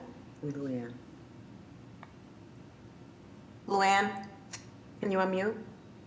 I'm sorry, I forgot to lower my hand from the prior cases. Sorry. No worries. All right, Madam Chair, all set. Okay, may I have a motion, please? Madam Chair, go ahead. I'd like to make a motion to approve with a proviso that deliveries stop at 5 p.m. And I'd like to add another proviso. Okay. First, for BPDA design review on screening and security. Screen and security, and to this petitioner only? Yes. Yes. Okay, so I'm assuming you're backing each other up. All those in favor? Aye. Any opposed? Motion carries. You're all set. Good luck. Thank you very much. Thank you, board. And call the 1030 cases, calling the first two cases, calling BOA 125-6929-222 Princeton Street. There's also a companion case, BOA 127-9127-222 Princeton Street. This is for erect a 4-unit residential dwelling with roof deck. Violations Article 53, Section 8. MFR and forbidden use in the 3F 2000 subdistrict. Article 53, Section 9, the floor area ratio is excessive. Article 53, Section 9, the side yard's insufficient. Article 53, Section 56, off-street parking. Article 27S-5, this is in the East Boston iPod. Article 53, Section 9, the additional lot area is insufficient. Article 53, Section 9, the building height is excessive in stories. Article 53, Section 9, the building height is excessive in feet. And Article 53, Section 9, the usable open space is insufficient. This is building code for 222 Princeton Street. The violations, 9th edition, 780 CMR 1011 stairways, 1011.12.2 roof access. Where a stairway is provided to a roof, access to that roof shall be provided through a penthouse complying with this section 1510.2. Name and address for the record, please. Good morning, Madam Chair, members of the board. Richard Lins, 245 Sumner Street, East Boston, on behalf of the petitioner. Madam Chair, as the secretary indicated, there are actually two cases here. The building code relates to the proposed roof deck that we are incorporating into this project. And consistent with the board's past practice, we are eliminating the head house that would be proposed in connection with that. This is the demolition, involves the demolition of existing two-family. Mr. Lenz, can you hold on for a minute? So you're going to be requesting the relief and access will be through a hatch? Can you confirm? Okay, can I have a motion, please? On the I'd like building. to put forward a motion for a building code relief on the penthouse and to use a hatch. Second. Second, all those in favor? Aye. Any opposed? Motion carries. Okay, go Thank ahead, you. Mr. Lenz. Thank you, Madam Chair. If we could just slide back perhaps one slide to show the context of the proposed elevation. So what we see here is the what would essentially be the existing or proposed conditions. The building immediately to our right is a newly constructed 4-unit dwelling located, these are both obviously located in the Eagle Hill section. And we can also see the relative heights of the buildings both left and right as you move up Princeton Street. We would be demolishing the existing 2-family dwelling and replacing it with a 4-unit dwelling. Each of the units would be in excess of 1,000 square feet. The lower level unit would be a 2-bedroom, with the upper level units being 3 bedrooms. This is consistent with a lot of the comments that we do here in community process about creating family-sized units. The 3-bedroom units are about 1,275 square feet, so generously sized for that size unit. Because this is located at 3F 2000 district, Madam Chair, there are a number of items that we do require relief from. The first is the multifamily use. Hold on, Counselor. Sure. What's the square footage of this lot? 2,500 square feet, Madam Chair. So this is 2,500 square feet, okay? So is there any parking being provided? There is no parking being provided, and I can sort of enlighten the board a bit on that conversation. There, on this side of Princeton Street, there are several properties that do have parking in the rear, which results in curb cuts obviously being added to Princeton Street. When we reviewed the project immediately adjacent to this site, we did propose off-street parking. We did hear concerns over eliminating on-street parking as a result. Because we're going from a 2 to a 4-unit building, there's already a no parking condition that exists presently, so the impact would not be the same as if we were proposing to build from ground up on a vacant lot, for example. There is obviously mixed views and mixed thoughts on adding parking on site. However, consistent with what we've done in the past in this particular neighborhood, not adding a curb cut seems to be a preferential choice for this location. This is within relatively short walking distance to 2 MBTA stations. It's on the sort of lower side of Eagle Hill, closer to both Airport and Wood Island T Station. Okay, so talk to us about a couple of additional things. What is the side yard that is proposed? That's the first question. Second question is that roof deck. Who has access to that roof deck? And I suppose the third question, is there any occupancy in the basement? Sure. So the proposed project is built at grade if looking at it from Princeton Street. The slope of the property does angle up towards Lexington, which is the street immediately behind it. We are not proposing a basement. This is actually going to be slab on grade if looking at it from the front of the building. The foundation wall does increase as we do move towards the rear, but we do have a walkout condition in the rear. With respect to the side yard, the existing conditions already are at 0.9 feet on the right, 3.2, roughly about 3 feet on the left. We do maintain the side yard that presently exists for the building that's on the site now. That will allow for openings on one side of the building, as we show in the elevations. With respect to the roof deck, Madam Chair, that is exclusive to Unit 4, which is the upper level which would be accessed from internal hatch. Okay. How are the plans, Ms. Benner? Madam Chair, the plans are adequate. Any questions from the board? Yeah, how is there, if the topography of the site slopes upwards, how is there a walkout in the rear? There must be steps up, right? Through the chair, Mr. Ehrlich, I can probably jump to the elevation. I don't see Mr. Zackerson on the call. He's usually here for these, but let me jump to the elevation and do my best to play architect. If we could jump to the next slide, please.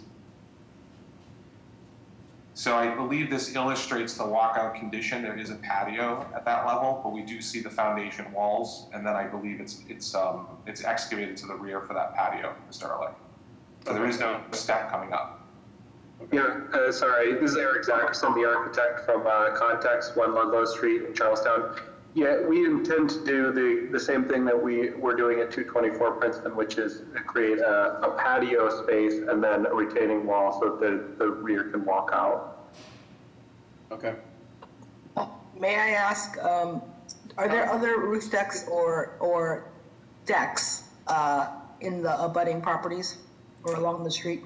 Yes, there are. The chair, the immediate adjacent property to the right has a roof deck, as well as several other properties in the immediate vicinity do have roof decks as well.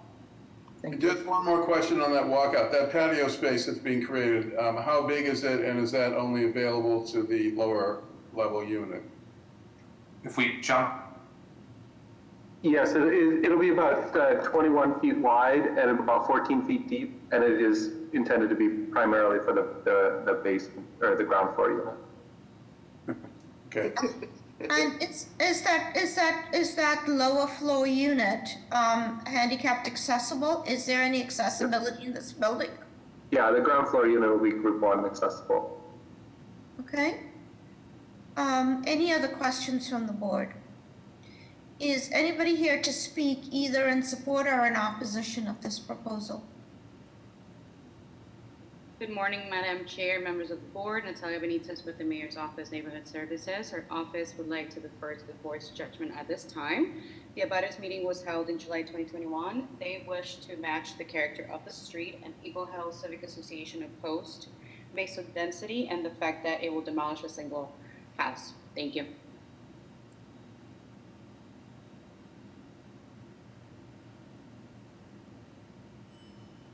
We also have Teresa from Counselor Lydia Edwards' office. Lydia, I've elevated you to a panelist. Are you? Hi, yes, my name is Teresa Malionik, and I am representing Boston City Council Lydia Edwards, and she wants to go on record as standing with the Eagle Hill Civic Association and being in opposition of this project.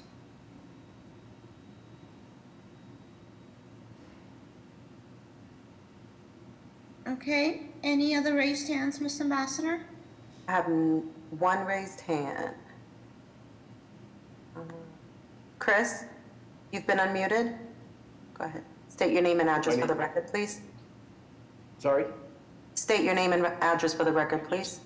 My name is Chris Lehman. I live at 336 Saratoga Street in East Boston, which is right on the other side of the block from this. Are you in support or opposition? In support. Okay, thank you. Madam Chair, Secretary here, I'm sorry. We do have letters of support and opposition. The opposition is having four units. Looks like. Mr. Lenz, I think, is audio working for you? I guess he's having issues hearing and speaking also. Richard, you're unmuted. Can you try? If you want to write on the chat. He's having difficulties because he's unmuted. We don't hear him.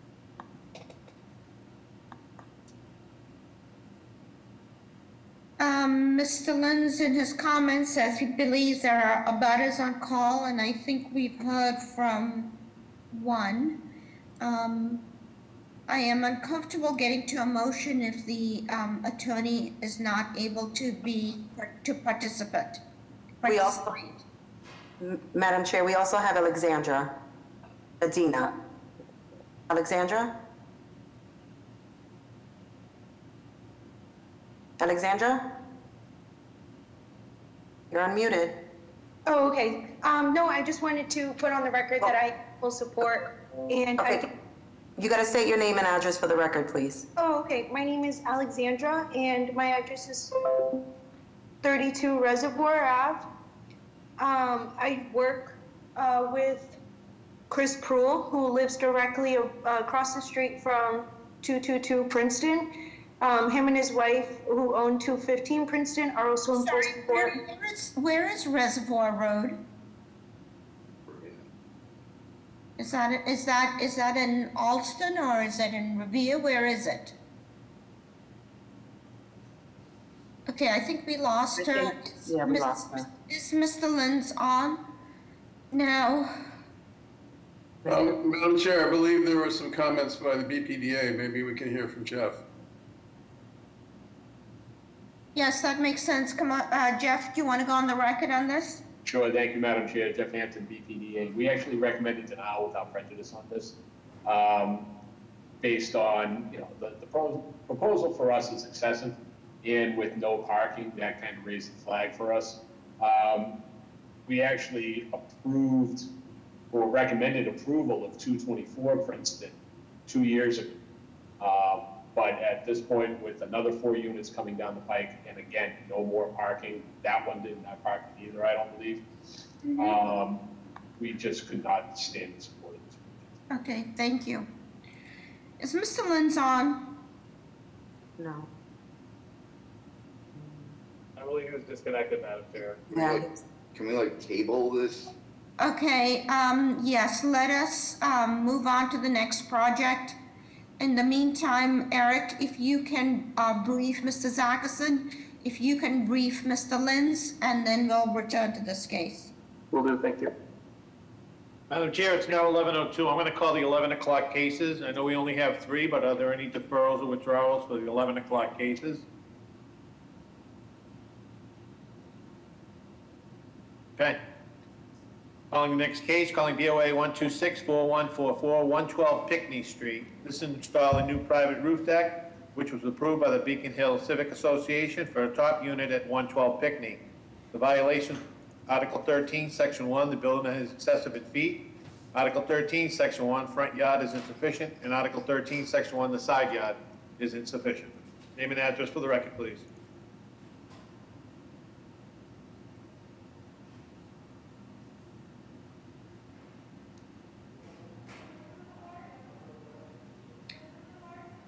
Is the representative for the applicant on? The applicant looks like he's on, Madam Chair. There, can you hear me now? Yes, put your name and address on the Yes. record and just describe to us what's being proposed. Exactly. Frank McGuire, architect, architect for the project. Residence is 27 Chestnut Street, Boston, Beacon Hill. Okay, go ahead. Just please pick up your pace and tell us what's being proposed. Okay, the proposal is to create a roof deck on the existing roof of the existing footprint of the building on the Storrow Drive side to provide a view of the river. This is similar to many others along the river. Tell us exactly what the square footage is, and is this a one family or a two family? This is a two-level condominium unit. The deck is accessible only through the unit via an existing stair and existing roof hatch. The area of the deck, the net area, is approximately 700 square feet, and also includes a green area of a planting, which is part of that package. Okay. Miss Better, how are the plans? The plans are adequate. Any questions from the board? What's the access? The access is via an existing stair from the unit to an existing glazed hatch that is already in place from a previous project several years ago. Okay. Is anybody here to speak either in support or in opposition to this proposal? Yes, good morning, Madam Chair, members of the board. Molly Griffin with the Mayor's Office of Neighborhood Services. Our office would like to defer to the board's judgment at this time. We held an abutters meeting on November 29th where the applicant addressed abutters questions and any concerns that they raised, and they have also received a letter of non-opposition from the Beacon Hill Civic Association. Thank you. Madam Chair, we have that letter as well. Okay. Madam Chair, I have one raised hand. Ramsey? Ramsey, state your name and address for the record. Oh, can you hear me? Yes, we can. My name is Ramsey Fretz. I live at 112 Pinckney Street. I am the trustee of 112 Pinckney. I'm in support of the project, and they worked with us the entire time to make sure our roof deck was in like kind to theirs. Thank you. Okay, may I have a motion? Motion to approve. Is there a second? Second. All those in favor? Aye. Aye. Any opposed? Motion carries. Calling the next case, calling VOA 127. Very much. 200 L Street. This is a change of occupancy from a two-family store to a three-family dwelling and remodel the first floor interior. The violations, Article 68, Section 33, off-street parking is insufficient. Article 68, Section 8, the usable open space is insufficient. And Article 68, Section 8, the additional lot area is insufficient. Name and address for the record. Good morning, Madam Chair, members of the board. My name is George Moranci. I'm an attorney with the business address of 350 West Broadway in South Boston. My client is Gaetano Mirasola, who is the owner of the building. He also resides at 200 L Street. He has the third floor apartment there. This is fairly straightforward. My client owned and operated Mirasola's on the first floor of this building, which was a store and restaurant in business for approximately 20 years. He closed during the pandemic and elected at this time in his life not to reopen the store and restaurant business. He's proposing to convert the ground floor into a unit, a residential unit, an apartment. It would be 1,600 square feet approximately, three-bedroom unit with no changes to the existing building envelope, just simply a conversion of the first floor space from commercial into a dwelling unit. And there is no off-street parking provided? Not for the additional unit. There's a garage that is part of the building that has been there. My client initially wanted to enlarge the garage. There was opposition from the abutter in the rear, so my client is proposing no changes to the building, but again, changing the restaurant, which had obviously delivery traffic and delivery vehicles, to a residential unit. No parking can be provided. The site is located at the corner and occupies the entire lot. Okay. How are the plans, Ms. Vedder? Madam Chair, the plans are adequate. Any questions from the board? Is anybody here to speak in support or in opposition of this proposal? Hi, Madam Chair, members of the board, Haley Dillon, Mayor's Office of Neighborhood Services. Would like to defer the vote to the board, but would like to recognize that the applicant has worked very closely with the neighbors and gives their support. Thank you. Good morning, Madam Chair, members of the board. I'm Calderon from Councilor Flynn's office. The councilor would like to go on record. Thank you. Madam Chair, members of the board, Paul Sullivan for City Council at Large, Michael Flaherty. Article 68 went through an extensive community process, and as you know, the council's approach has been consistent. However, there are times where these variances sought may be considered a substantial hardship, and during the community process, this proponent made changes to address abutters' concerns. The conversion back to residential will have less impact on the area than the existing restaurant use. And the proponent is well known and respected throughout the community, the track record of being a good neighbor and member in the community. Therefore, we defer to the board's knowledge for understanding and interpreting zoning laws as it pertains to unnecessary and unintentional hardships. Thank you.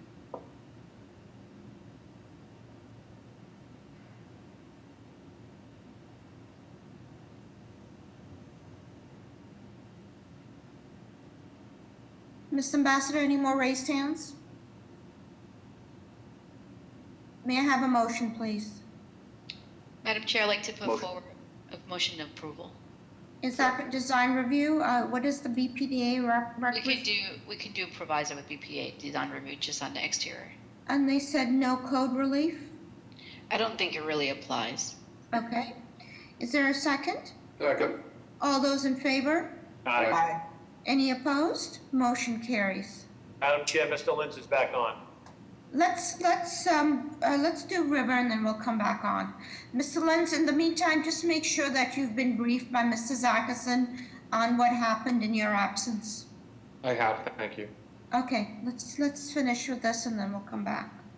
Calling the next case, calling BOA 125-2941, 1385 River Street. This is seeking to change the occupant from a two-family to a three-family and renovate, including dormers. The violation is Article 69, Section 8, three-family use is forbidden. Article 69, Section 23, this is in the neighborhood design. Article 69, Section 29, off-street parking and loading. Article 69, Section 9, lot area is insufficient. Article 69, Section 9, the floor area ratio is excessive. Article 69, Section 9, the building hangs excessive stories. Article 69, Section 9, the usable open space is insufficient. Article 69, Section 9, the building hangs excessive in feet. Article 69, Section 9, the side yard is insufficient. And Article 69, Section 9, the rear yard is insufficient. Name and address for the record, please. Good morning, Madam Chair, members of the board. Attorney Matt Eckel with Drago in Toscano with the business address of 11 Beacon Street in Boston. With me are Franklin Ortiz, the property owner, as well as Adam Glassman, the project architect. As mentioned, we are seeking to change the occupancy from a two-family dwelling to a three-family dwelling and to renovate the structure, including adding a sprinkler system and dormers. There is no proposed change to the building footprint or a reduction in the open space. What we're seeking to do is essentially turn an unoccupied into that third unit. Currently, it is built out as a 2.5 to 3 story building, and we'd be seeking to add some dormers just to raise the ceiling height as the roof kind of pitches. We do have a ceiling height of 14 feet currently up there, but because the roof is sloped and pitched, we'd have to add dormers, which you can see on the right side there. We're proposing 4 dormers, 2 in the front and 2 in the rear, pulled back from the front and back of the property. So can the lot size is... Hold on, Mr. Counselor, can you give us a sense of River Street? Because this is a 2F5000 district. So can you give us a sense of what River Street is and really why this should go through a three-family? Sure, Madam Chair. So in terms of the current surrounding buildings, we're right across the street from a mixed-use building. I believe it's a Knights of Columbus, as well as some residential. And then there's a mixture of 2 and 3 family condominium buildings and 2 and 3 family rental buildings around us. So it is a mixture, but there are some commercial uses as well as some other 3 family dwellings. We thought this was an appropriate location for a 3 family because, as you can see, it is not seeking to increase living space into the basement. We're not building on the footprint. We're really using existing space on that 3rd floor with the assistance of the dormers proposed to make that a fully livable unit. We are seeking to create that. Yeah, what is that proposed third unit space, square footage? Sure. So we're proposing a 2-bedroom, 2-bathroom unit, just over 1,100 square feet. And as mentioned, the ceiling height would be 14 feet. We also have 2 means of egress that currently exist, both in the side there. You can kind of see it's highlighted in the blue on the right. The 2 stairwells will go up to the 3rd floor. Okay, hold on. They already do for access. Hold on, Mr. Eckel. Ms. Better, how are the plans? Madam Chair, the plans are accurate. Any questions from the board? Is anybody here to speak either in support or in opposition of this proposal? Good morning, Madam Chair, members of the board. This is Danielle Fonseca with the Mayor's Office of Neighborhood Services. At this time, we would like to defer judgment to the board, but we would like to highlight that the applicants completed the community process. They notified abutters, and a community meeting was hosted by our office on October 14th, where no abutters were in attendance. The applicants also notified the appropriate civic association, and they met with the Hyde Park Neighborhood Association on December 2nd. We haven't received any letters of opposition, and we've received 8 letters of support for this proposal, which have been submitted to the board for review as well. Thank you.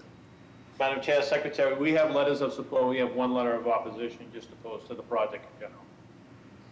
Good morning, Madam Chair, members of the board. Jordan Frears here from Councilor Royal's office.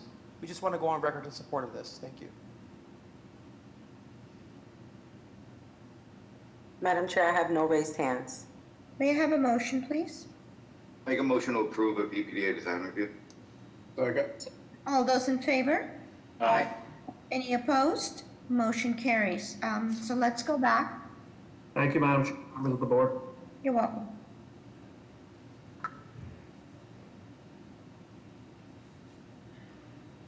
you like to take it from here, Madam Chair? Yeah, let's go to Princeton and close Princeton Street off, please. Going back to two cases we heard previously, BOA 125-6929-222 Princeton Street, then the companion case, BOA 129-1227-222 Princeton. Name and address for the record, please. Thank you again, Madam Chair, members of the board. Richard Lins, 245 Sumner Street, East Boston, on behalf of petitioner. I apologize, I got kicked off and I could not log back in. I had to go to a new computer. I apologize, Madam Chair.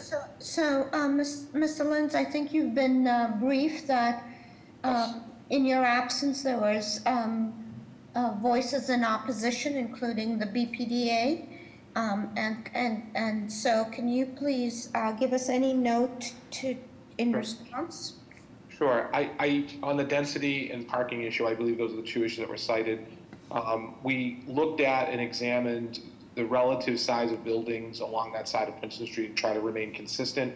You know, our height of our building, as you can see from the existing buildings on that side of the street, you know, we do have a lot of raised foundations for existing three-family structures. So the height is generally consistent with what you see on that side of Princeton Street.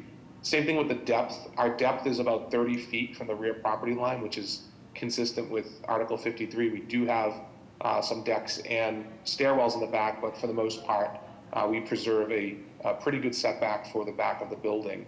And you can see most of the buildings along that side of Princeton do go back probably a consistent depth as well. Mr. Lenz, my sense is that people have the conversation that we had in your absence is that you know, voices were raised that perhaps the street has reached its carrying capacity as far as density and lack of parking. You know, so I just put that on the record for your information. Okay? If I can respond just briefly on that. So in order to, I mean, we certainly examined the option to have parking at the lower level, which would be, you know, a condition that doesn't exist really anywhere on that side of Princeton Street. So if we were to carve out a parking space at the lower level, which, you know, is done on other projects in the Eagle Hill area, it would sort of be an unusual design, I would think, for this neighborhood. Moreover, we would be adding an additional curb cut to the street, which we did hear through community process that, you know, removing 1.5 parking spaces essentially from the street to benefit what would otherwise be, you know, 2 required parking spaces on site didn't make a lot of sense. And that's the reason why we had approached this similar to the way we've approached the building immediately next door. Okay, thank you. So the board, you've heard the testimony, you've heard the BPDA's opinion. May I have a motion, please? I'll make a motion for denial. Is there a second? Second. All those in favor? Aye. Any opposed? I oppose. Who's opposed, Miss? Secretary. Okay, so motion does not carry. May I have another motion? I'd like to put forward a motion of denial without prejudice. Okay. Is there a second? I'll second that motion. All those in favor? Aye. Aye. Any opposed? Motion carries. So good luck, Mr. Lenz. Thank you. Calling the next case. Calling BOA 116-0659, 44 to 54 Hyde Park Avenue. This is a change of art from cannabis established medical to cannabis establishment medical and recreational. The violations, Article 55, Section 16, cannabis establishment recreational use is conditional. Name and address for the record, please. Good morning, Madam Chair, members of the board. Leslie Delaney Hawkins, attorney with Prince Lobel with an address of 1 International Place in Boston on behalf of the applicant Apothica Inc. And with me is Joseph Lacache, the president and CEO of the applicant. If it pleases the board, I'll give a brief overview of what we're proposing, and then we're of course here for any questions. So Ms. Hawkins, I think what we need to understand is, was this Who is the applicant on this? And have we seen this project before? You have seen this project and approved it for medical only back in, I believe, December of 2018. This is an application to co-locate both medical and recreational at the site with no changes to the actual building plan that was proposed or the operations. The applicant has not yet opened for medical, but it has now been approved by the CCC and completed its build-out. So it will be opening with the Cannabis Board's approval and issuance of the license in the coming week. So what we're back before you for is to actually add recreational to have both of those uses at the site. Okay, so I think medical, to tell us about the recreational component, as you know, we are interested in security, we are interested in how the system works, and the hours of operation. Absolutely. So the proposed hours of operation are Sunday and Monday, 11 a.m. to 7 p.m., and Tuesday through Saturday, 10 a.m. to 8 p.m. As you can see on the plan, this is actually not a sizable establishment. It's fairly small in square footage with a total capacity of 22. So the patrons will enter on the left side, where they will be ID'd. They will be ID'd at 2 checks, one upon entry, and the second will be upon the purchase of any product. The exit is actually on the far right to the rear, and there is a handicapped entrance as well. There is a dedicated at the rear, a dedicated entrance for deliveries. We've actually been able to secure parking space in the rear of the building that will be utilized solely for secure deliveries of product as well as the transportation of monies. Okay. Go ahead. Go ahead. We do not anticipate significant queuing, but should there be any overage of capacity, those patrons will be monitored by staff and will actually be queued on the far right away from the sidewalk. So we will not be taking up sidewalk space should we have any queuing. The establishment will have one dedicated, at least, security guard on staff at all time monitoring this space. We will also have a staff outside in addition to monitoring any patrons to ensure that there is no double parking. The establishment will be monitored by 18 security cameras, which will be operational at all times. And of course, any footage will be available to both the Boston Police Department, the Cannabis Control Commission, and any other agency. Please tell us how a medical patient would be processed differently than a recreational patient. Absolutely. There will be 2 dedicated lines for queuing, one for points of sale, one for recreational, and one for medical. What we have seen is that we're seeing a significant amount of online ordering, and we actually provide a system through which patrons can order online, and then they actually receive an automated text when their order is prepared. So as you can see, there will be 2, as I explained, separate points of sale, and the staff will work with the patrons to ensure whether they are recreational or medical, obviously with the emphasis being on ensuring that our clients are served in a timely manner. And were there any provisos put on the approval in December 18 and December 2018? To this petitioner only, in that it was limited to medical at that time. Okay, and this petitioner is exactly the same petitioner? Yes, it is. Is it an equity petitioner? This is non-equity, however, Joseph Lacache is of Hispanic descent and is putting an emphasis on ensuring that not just the staff that we're hiring in our management are diverse, but also that we're contracting with third-party vendors that are owned by minorities and women as well. Okay, how are the plans, Ms. Better? Madam Chair, the plans are adequate. Is this the location where the Fireside Tavern currently is? No, it is not. Okay. This has been built out. Okay. This is right near Forest Hill Station, right? Correct. Yeah. Is anybody here to speak either in support or in opposition of this proposal? Good morning, Madam Chair, members of the board. Tiffany Caballero here from the Mayor's Office of Neighborhood Services. At this time, the Mayor's Office would like to defer to the board's judgment. The process for this proposal was largely facilitated by my predecessor, Lindsay Santana. However, I sat in on the Civic Association with the Jamaica Plain Neighborhood Council last week, which was on the 19th, where they voted to approve. Also, I would like to just put on the record that at this time, I do not have any letters of opposition. Thank you.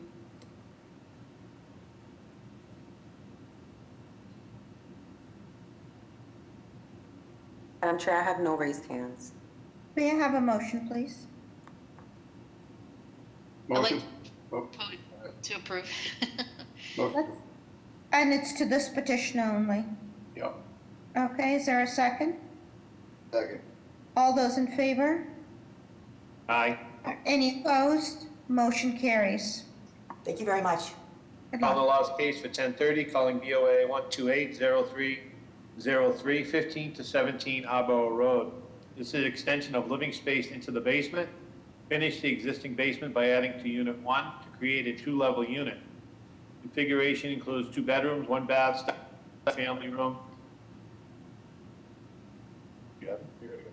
And the related work to the exterior egress stair. The violation is Article 67, Section 9, floor area ratio is excessive. Name and address for the record, please.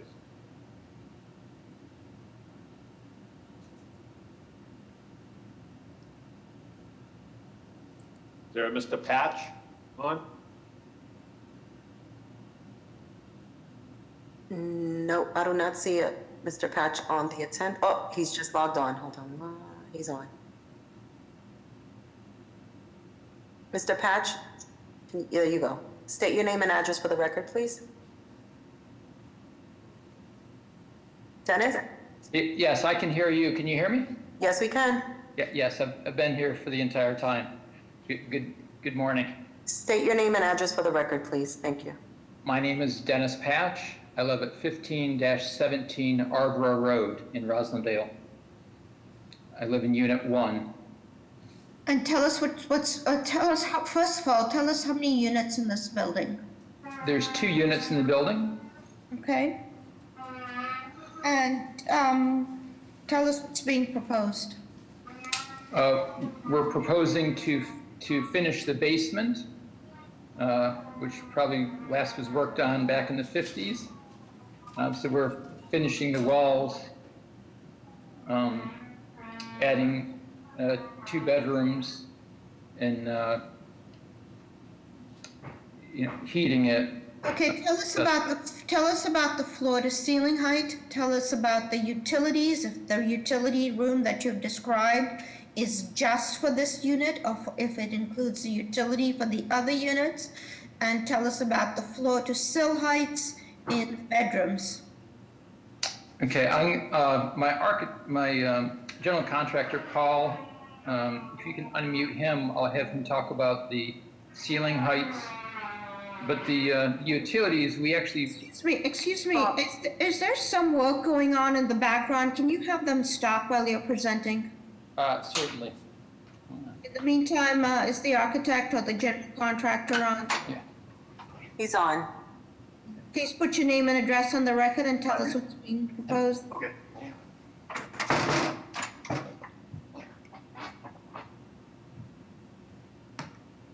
All right, can you hear me okay now? Yes. Floor to ceiling height, floor to sill height in the bedrooms. Hello, Madam Chairman, can I address this, please? Yeah, go ahead.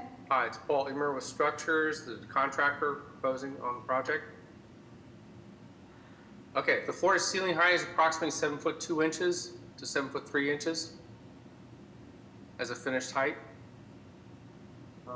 Proposing adding 2 bedrooms and actually reestablishing a bathroom down there. The utility room in the center is exclusive to Unit 1. And the heating system in there is exclusive to Unit 1. You're seeing an older plan, but it's been modified. And can you confirm that this is a 2-family? Yes, it is a 2-family. Yep. Okay. And let me see, okay. How are the plans, Ms. Better? Madam Chair, the plans are adequate. It would be good for the contractor to also just verify the sill height on the basement to the window. Is that for all units or just? No, just the basement. No, for the basement bedrooms. Correct. I know that we have egress windows in the bedrooms there. Can we find out the floor to grade height? How far is this unit below grade? It's a sloping lot from front to back. At the back, it's a walkout. It goes from being approximately 5 feet below grade at the front of the building to it's below grade at the back of the building. And are the bedrooms in the rear or the front? One is on the side, mid-length on the side, and the other one's on the rear. This has become now a bi-level, the proposal is for a bi-level unit. Is there a way of reconfiguring the room so that the bedrooms would be on the first floor? No, it's an occupied space. It's already a finished space on the first floor. You have 2 doors. Am I seeing that correctly? There's 2 doors on the basement level Correct. that you can walk out. That you can walk out, right? Right. So you can have, with 2 egress, you can have windows that are not necessarily 44-inch from the ground. I did look at your Google image. It would have been helpful to have an elevation. Your windows are pretty close to at grade, so I don't really see an issue of egress. Or natural light? Yeah, or natural light, correct. Okay. So how many bedrooms totally in this proposed unit? You would end up with a total of 4 bedrooms total. Okay. And we want to make sure that this does not inadvertently change into a separate unit. So we want to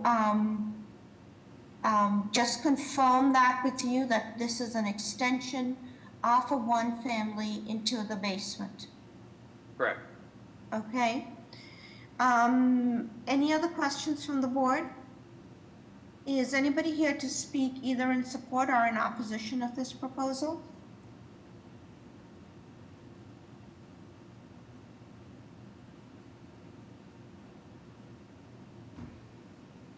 I have no raised hands, Madam Chair. Mr. Fortune, any letters? No, Madam Chair, we have nothing. Okay.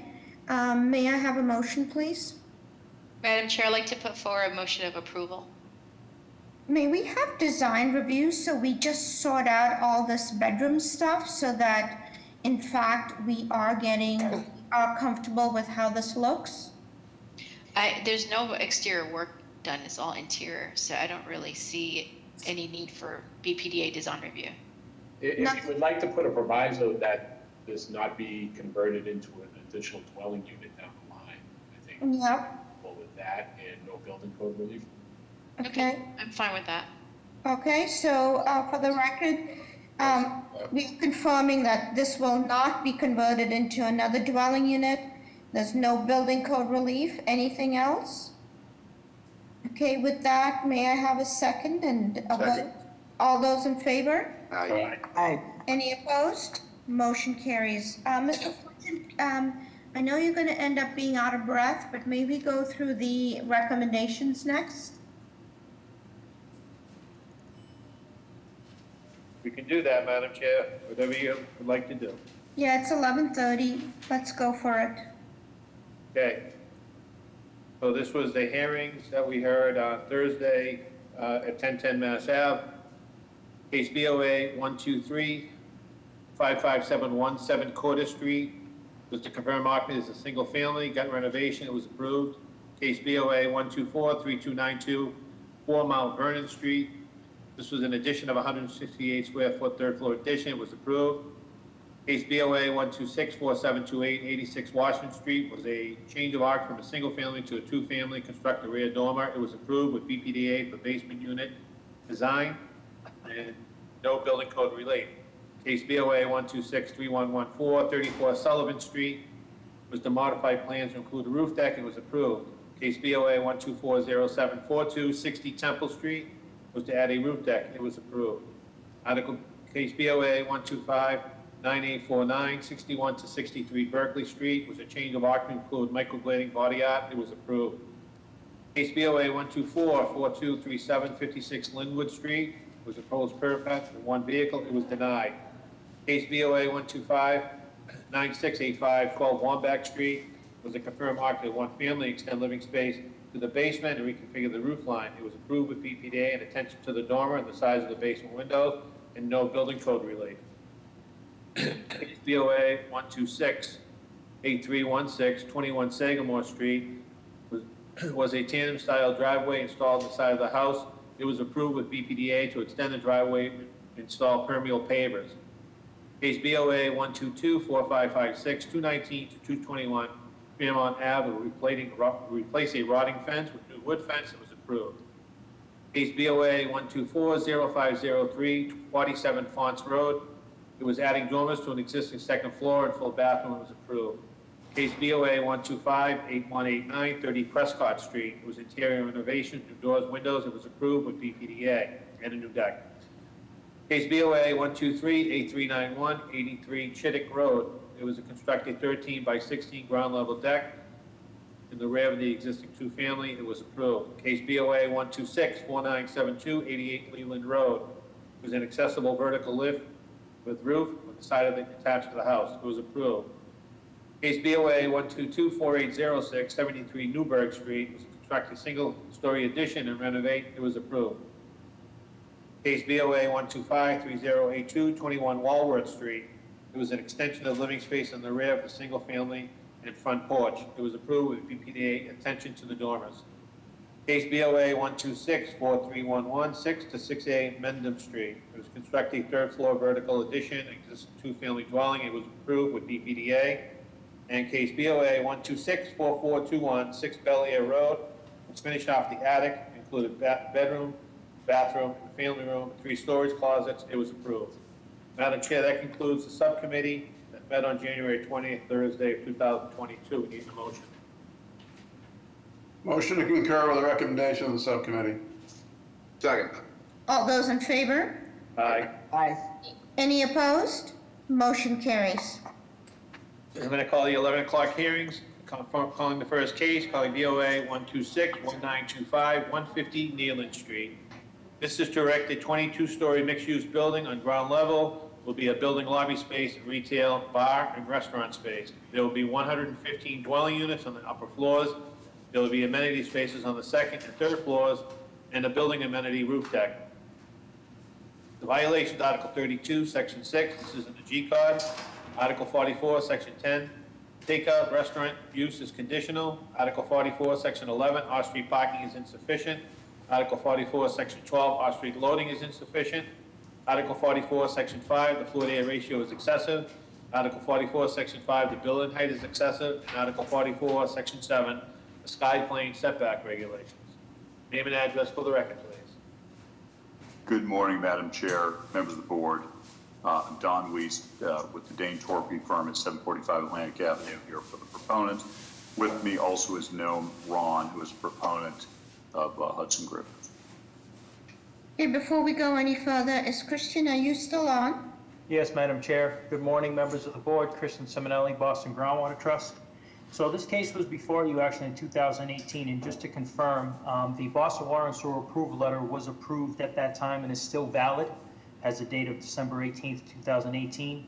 Also, the no harm letter was revised to reflect the new construction, and the date of that is October 25th, 2021, and we have both of those letters. Thank you. Thank you. And we have the record, Mr. Yes, Ford. Madam Chair, we do. Thank you.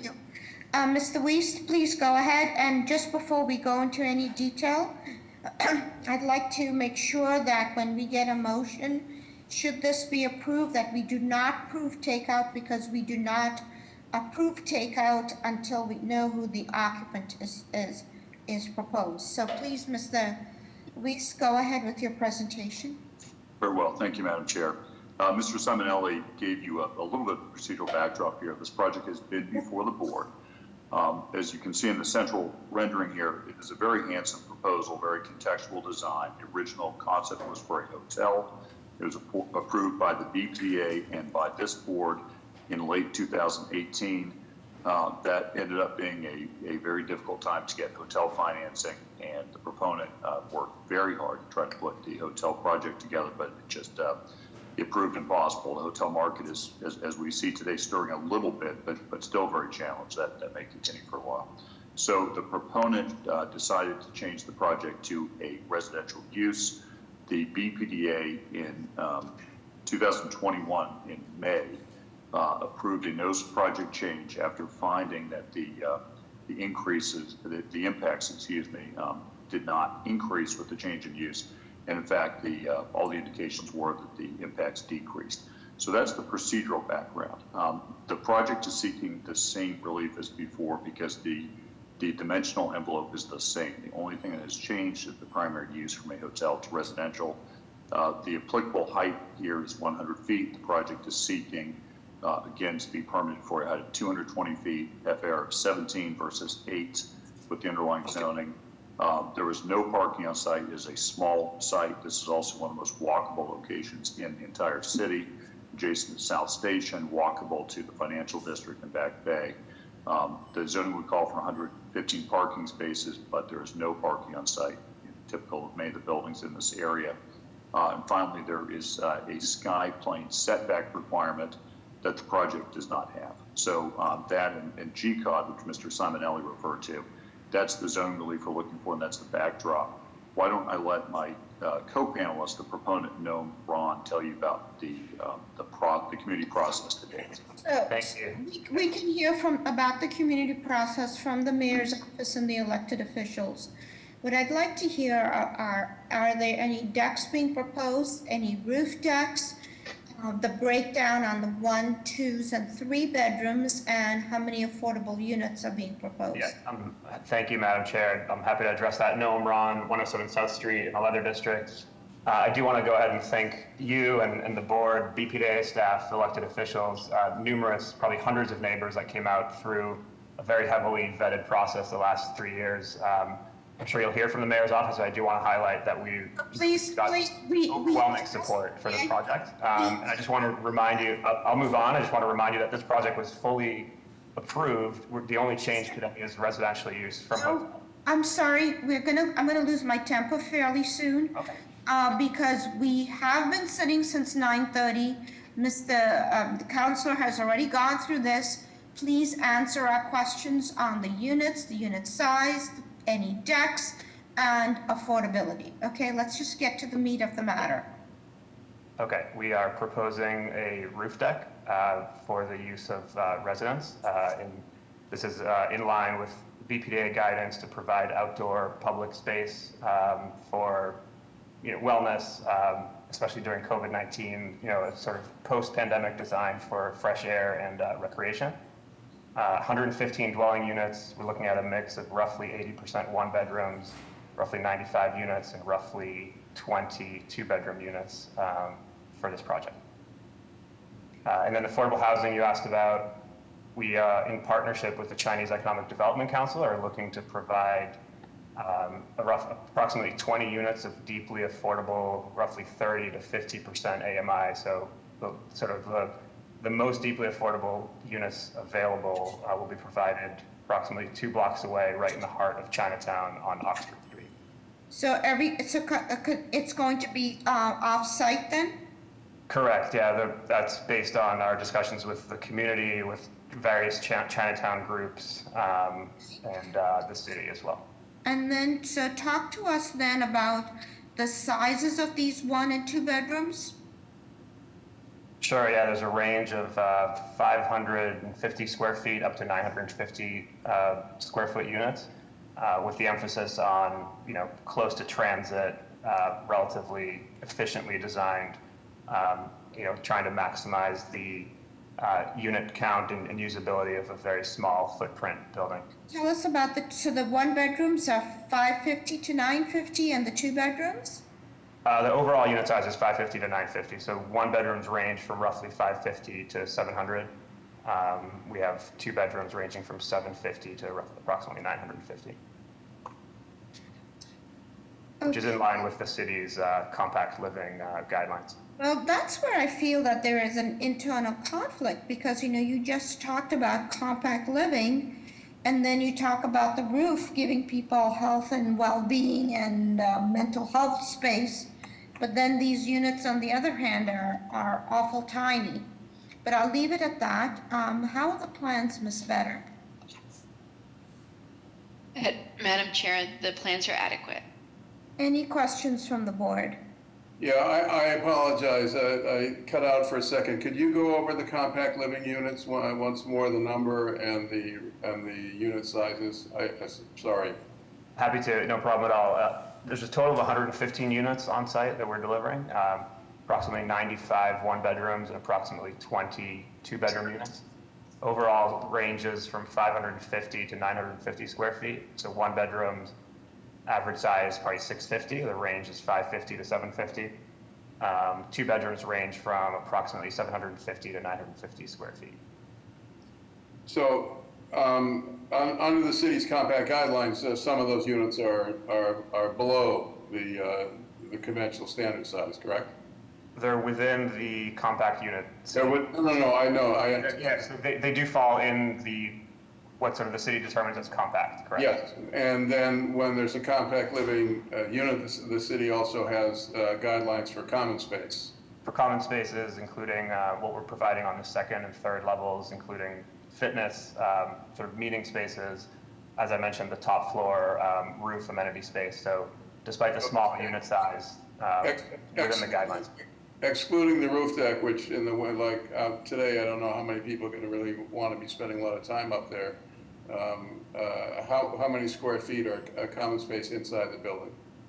I have to check my notes. I think it's approximately 2,500 square feet, and that does not include another approximately 1,500 square feet of retail that will be accessible to residents and the public.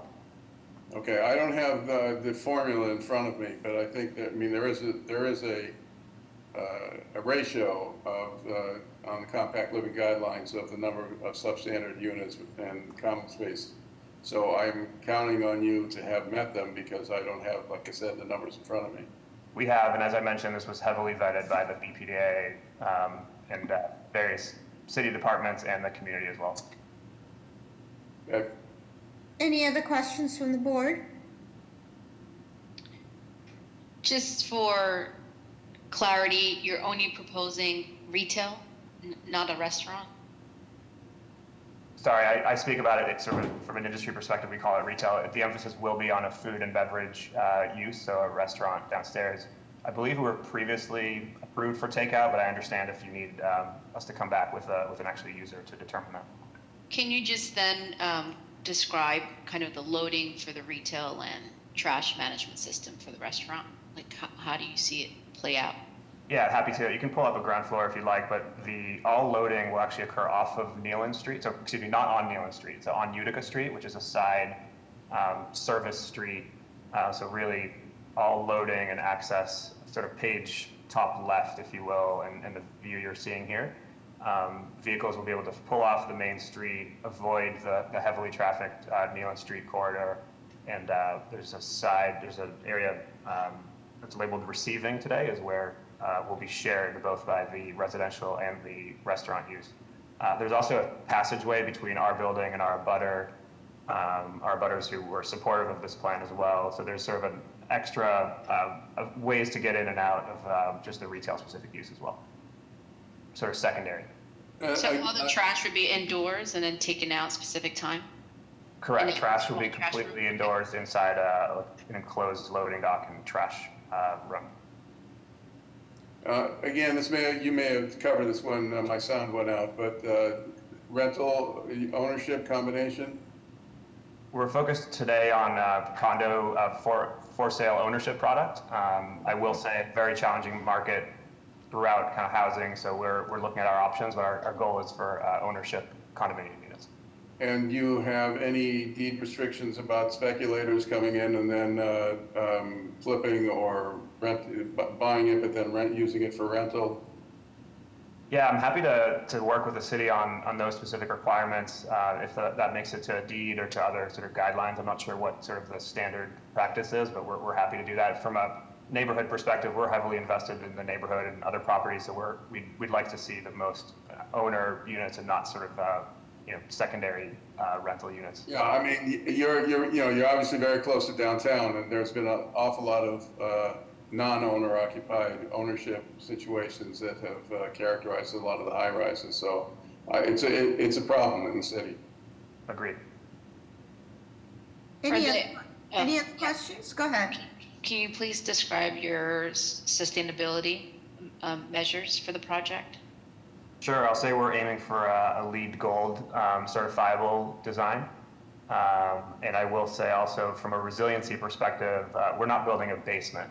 So the lowest sort of level we get to is just an elevator pit below the lobby. All of our mechanicals are occurring upstairs. So as far as sea level change, climate change, sea level rise, we're above that threshold. And we're looking at the most efficient way to utilize the facade, combination of glazing and masonry to ensure kind of meeting the energy code. I should also say, and this was a change from the previous proposal, is there will be no more gas in the building, so it's fully electric, no fossil fuel burning, and just better overall for air quality. Okay, any other questions? Is anybody here to speak either in support or in opposition to this proposal? Hi, good morning. Good morning. Is it still morning? Yep, it's still morning. Good morning, Madam Chair and members of the board. I am Chulan Huang from the Mayor's Office of Neighborhood Services. We would like to defer to the judgment of the board on this matter. To my knowledge, there are no concerns raised by the abutters or local civic associations for this proposal. However, I would like to note that there are multiple letters to support. Thank you. Madam Chair, Secretary here. We do have letters of support. We do have letters of opposition. The opposition seems to be parking. Thank you. Good morning, Madam of the Chair, members of the board, Ana Calderon from Councilor Flink's office. Please know the councilor sent a support letter for this proposal to support from the residents in the area and the Chinatown Land Trust. The change of use to home ownership units will add to the city's housing stock as well as affordable housing stock through IDP. It will have less impact on traffic, and activation of the site will also bring more attention to the Reggie One Park. Thank you. Madam Chair, I have a few raised hands. Roger, you've been unmuted. If you can state your name and address for the record, please.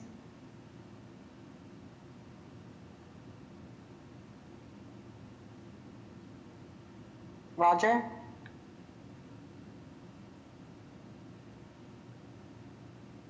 Roger? Yes, Yes, state your name and address for the record, please. I'm sorry, I hadn't unmuted myself. Roger Berman, 186 South Street, Boston, around the corner from the site. A couple comments. I have no problem with the structure, the elevations you're seeing. They have been approved before. I'm pleased with the change of use. I'm fully supportive of that. I think they've done well. So, Mr. Bowman, please get to the point. Tell us if you're in support or in opposition. And if there are elements that you're in opposition of, please hustle and put that on the record. Any future speakers, please make sure you're adding more information rather than repeating what we've already heard. Give us new information, and if you just want to be recorded speaking on this project, put your name and address on the record. Okay? So with those instructions, Mr. Bowman, can you tell us directly what you're in opposition of? Thank you, Madam Chairman. I'm in support of the project. I'm in support of the proponent, who's been an active member of the community. I'm in support of the changes they're requesting. Thank you. Thank you. All right. And we have Philip. Philip, you've been unmuted. Can you state your name and address for the record? Yeah, Philip Steiner, 121 Beach Street, Unit 703, in opposition to the project. Additional comments The building is way too high. No other building is taller than 12 stories in the Leather District. Another comment is Utica Street, which is planned for loading, unloading, and garbage, is fairly narrow. It has currently no sidewalks. We would certainly expect sidewalks to be installed, so I'm not quite sure that there is enough space left for the trash removal as was previously indicated. Another concern is noise from the roof deck for surrounding neighbors. I would like to learn whether the roof deck outdoor space is north or south facing. Thank you. All right. Danielle, you've been unmuted. If you can state your name and address for the record, please. Danielle? Yes, I'm Yes. speaking. Sorry, thank you, Madam Chairman. 121 Beach Street, I own 2 units in this building, which is just north of the proposed project. I am in opposition because of the height and the scale of the project and the lack of parking. The height will cast a shadow over all our units. It will loom over our buildings. They are adding 115 new residences. To give you a sense of scale, our current building is 26 residences. Thank you so much. We understand the concerns of density of Utica Street and the concerns about noise off of the roof deck. Please, whoever speaks next, give us new information.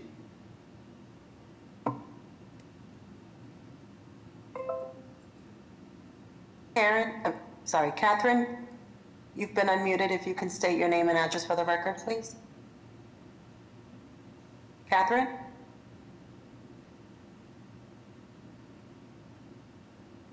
Catherine? Okay, Karen Bunch? Hi, Karen. Yes. Answering. Hi, Karen. State your name and address for the record, please. Karen Bunch, 45 Quincy Street, Roxbury, Mass. I'm here for Tabor Street. Can you put your hand down for now? It's not on yet. Okay. Catherine? Catherine, you're muted. If you can state your name and address for the record, please. I don't know what's going on. Catherine? Can we move on to some Yes. Ben, you've been unmuted. If you can state your name and address for the record, please. Hello? Yes. Yep. Hi, Ben Rosenberg, 144 Lincoln Street. My family's owned the building for 40 years. I grew up in the building. I'd like to speak in favor of the project. I think it's a good project, and I disagree with the previous couple commenters. Hold on. That's good. Thank you. Madam Chair, we do have a few more, if you'd like to. Yep, let's go. Alan, you've been unmuted. If you can state your name and address for the record, please. Alan? Okay. Christopher, you've been unmuted. If you can state your name and address for the record, please. Christopher? This is Christopher Ingebretson, 107 South Street. I have been a resident of the Leather District for 22 years. I strongly support this project. I am concerned about the vagrancy activity that has been in the neighborhood with the prior use of that parcel, and I see this as a huge improvement, both as a facelift for the neighborhood and for our quality of life for me and my 2 kids. Thank you. Everybody who's already spoken, please lower your hand. Alan, you've been unmuted. If you can state your name and address for the record, please.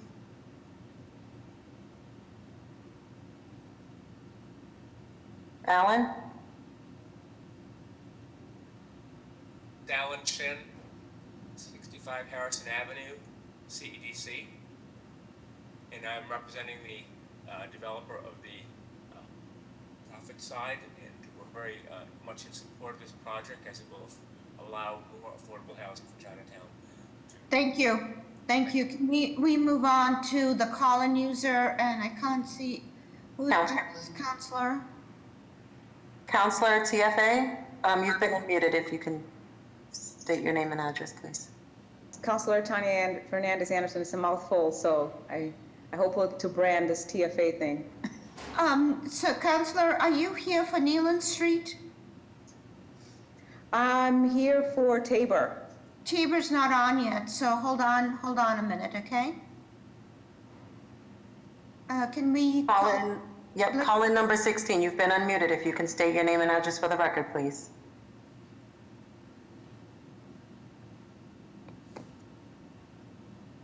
Caller 16? Hello? Yes. Yes, my name is Christopher Campbell, Troche Restaurant in the Leather District.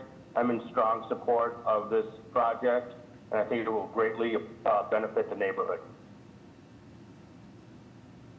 Okay, so the board, you've heard people in support, in opposition, and you've heard my introductory statement about that we did not give pocket approval for a takeout restaurant. So may I have a motion, please? Motion to approve BPDA design review with a proviso that we'll have to come back for any takeout language. Second that motion, Secretary. All those in favor? Aye. Any opposed? Motion carries. You're all set with those provisos. Thank you very much. Thank you so much. Calling the next case, calling BOA 105-3181, 661 to 661A Tremont Street. This is to construct a rear addition and head house. No change to the occupancy. The violations, Article 9, Section 1, extension of a non-conforming use. Article 32, Section 4, this is G-card applicability. Article 64, Section 9, insufficient usable open space. Article 64, Section 9, insufficient side yard setback. Article 64, Section 34, roof structure restrictions. Article 64, Section 9, the floor-to-area ratio is excessive. Article 64, Section 9, the building height is excessive. Article 64, Section 9, the rear yard is insufficient. And Article 64, Section 9.4, townhouse row house extension. Name and address for the record, please. Good morning, Madam Chair, members of the board. My name is James Christopher, 686 Architects with a business address of 1156 Dorchester Ave. Do you want me to jump into the proposal, Madam Chair? Yes, can you tell us what's proposed? Sure. The proposal is to construct a one-story and basement addition at the rear of the property. It should be noted that at the beginning of this process, it was a much larger project. The intent was to construct a 5-story addition and enlarge each residential unit. So, Mr. Christopher, just tell us what is in front of us today. Okay? Sure. The proposal is for a approximately 13 by 13 addition to the first floor and basement, and a new stairwell to create rear egress off of the newly reconstructed decks, which will be increased in size, so that the occupancy to the building and the height remains the same. The head house is existing, and the wet bar and such has been removed so that the roof deck would be exclusive to the top floor unit, which is the 4th unit, and the head house will remain the same size and scale. And the only changes are at grade at the first level to the rear, that addition there and the new stairwell off to the left side would face it. Let's back up for a minute, okay? Is there occupancy in the basement? Yes, currently the first floor and basement are occupied by Concept Realty, and as part of this addition, they are a growing office and want to stay on Tremont Street, and this extension allows them to stay in the location they're in now. So the basement is office, and then tell us about the first floor. First floor is also office. It's all Concept Realty, and then up above is the 4 residential units. Okay, now let's go back to the roof deck. You said is the penthouse proposed or is it existing? It's existing, Madam Chair. In an earlier iteration, that penthouse is larger and you're going to incorporate a wet bar and such, but through the community process that was removed. The existing head house will remain and create access to the proposed exclusive use roof deck. And tell us about that head house. What is the dimension?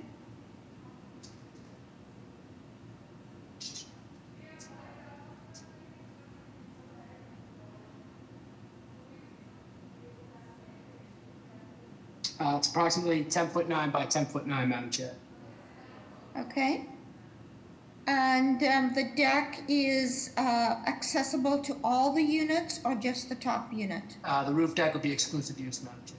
Okay, sorry. Roof deck equals exclusive use. Okay. How are the plans, Miss Better?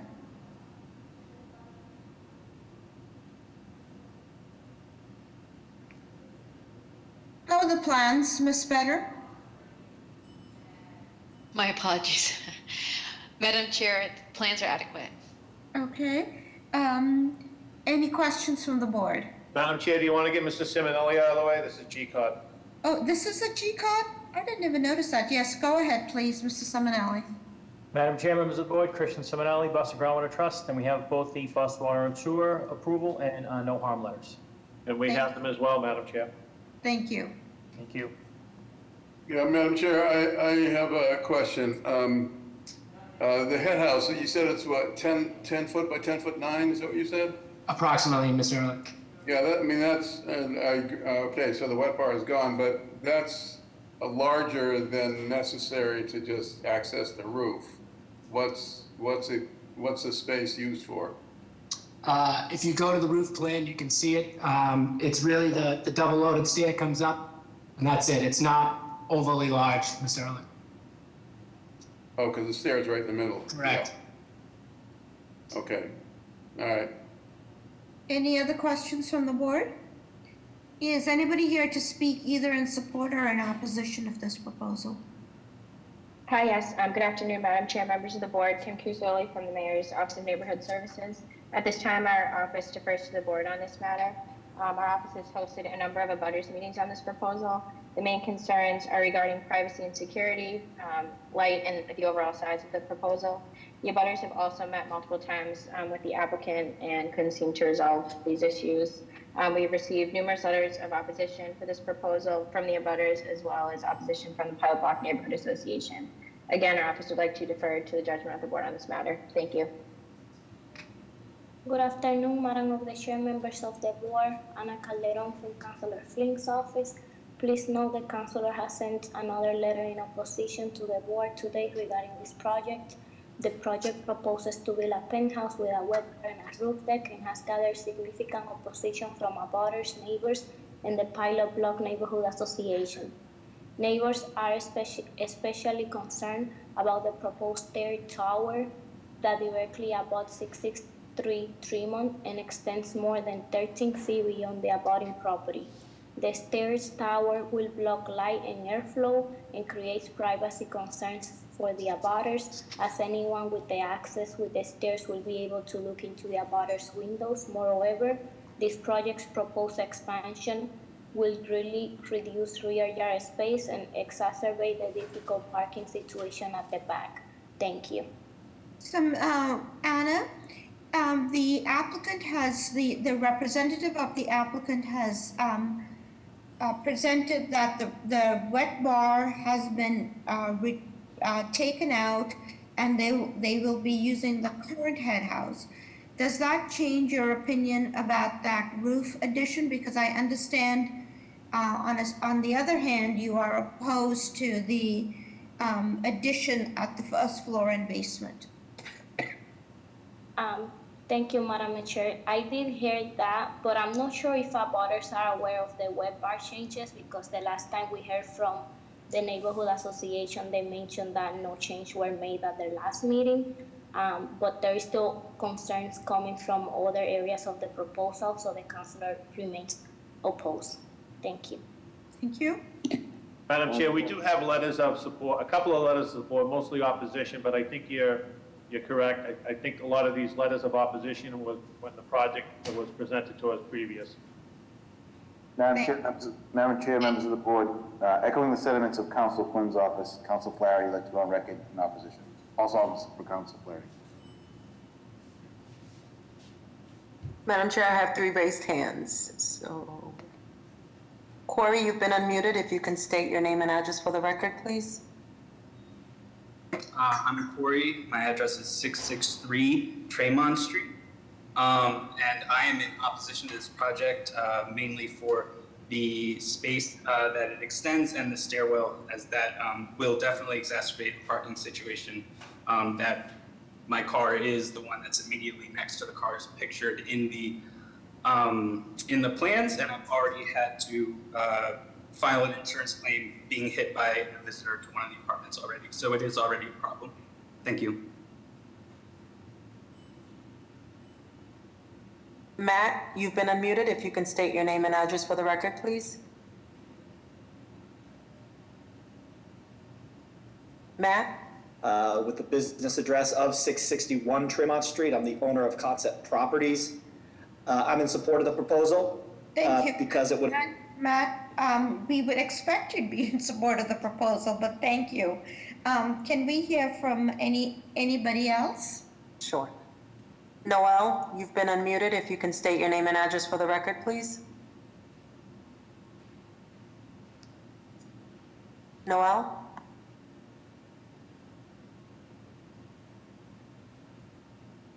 Noel? Noel? Can you hear me? Yes, we can hear you. State Okay, your good. name and address, please, for the record. Noel Blair, 175 West Brookline Street. I'm here representing the Pilot Block Neighborhood Association. We are in opposition to this proposal, which disregards both zoning requirements and abutter concerns. I just want to make it clear what the main abutter concerns had been given the commentary so far. This is not about the deck on the roof. This is about the decks and the stair tower that are going to be constructed on the rear of the building. So right now there exists an existing set of stairs that goes up along the back of the building, extending 7 feet from the rear. That is being changed into a set of decks that come 7 feet out, supported by posts all the way up to the top of the building. And then another stairway that comes out to the rear from there, creating an addition to the rear of the building that extends 20 feet from the rear wall of the building. And that's where all the concerns that you're seeing in the letters and throughout the whole community process has been. Our typical decks that are approved here in the south end comply to a 6-foot distance from the back of the building with cantilevered support to minimize the presence of the decks. This is creating a 20-foot extension inclusive of both the new decks and the stair tower that is going to intrude on the privacy of neighbors, the open space. No, thank you for that. Thank you for that context, because yes, we understand about the bracket supported decks, the rear bracket supported decks. May we just hear from one more person, and then we will take a motion. Kate, you've been unmuted. If you can state your name and address for the record, please. Hi, Kate. I am an abutter at 655, 659 Tremont Street. I'm also a trustee in the building, and our owners are opposed for several reasons: security, the imposition that it is putting on privacy from the back of the building. And also, I would say, kind of the responsiveness throughout the community process. This has been going on for 1.5 years, and we have not seen a lot of concessions within reason to our complaints and concerns. Thank you. So board members, oh yes, I know. Mr. Christopher, do you have anything to say in response? Because there are a lot of still outstanding concerns. Do you have anything to say? Yes, Madam Chair, thank you. The addition only comes off the building 13 feet. The stairwell only extends about 1.5 feet beyond that addition. It should also be noted that on the abutting property at 663, there is a current addition at the first level, so that our stairwell would not protrude too far past that, about like 1 foot at grade. And we've also committed with the stairwell to provide locking hardware at grade and to provide some visual screening on the stairwell to promote privacy. We also intend to use this as a secondary means of egress. We don't see that people would be using that stairwell regularly. And the decks being recessed into the building the way that they are in the upper level, there is currently a mechanical room that would provide some separation from the abutting deck at 663 as well. Thank you.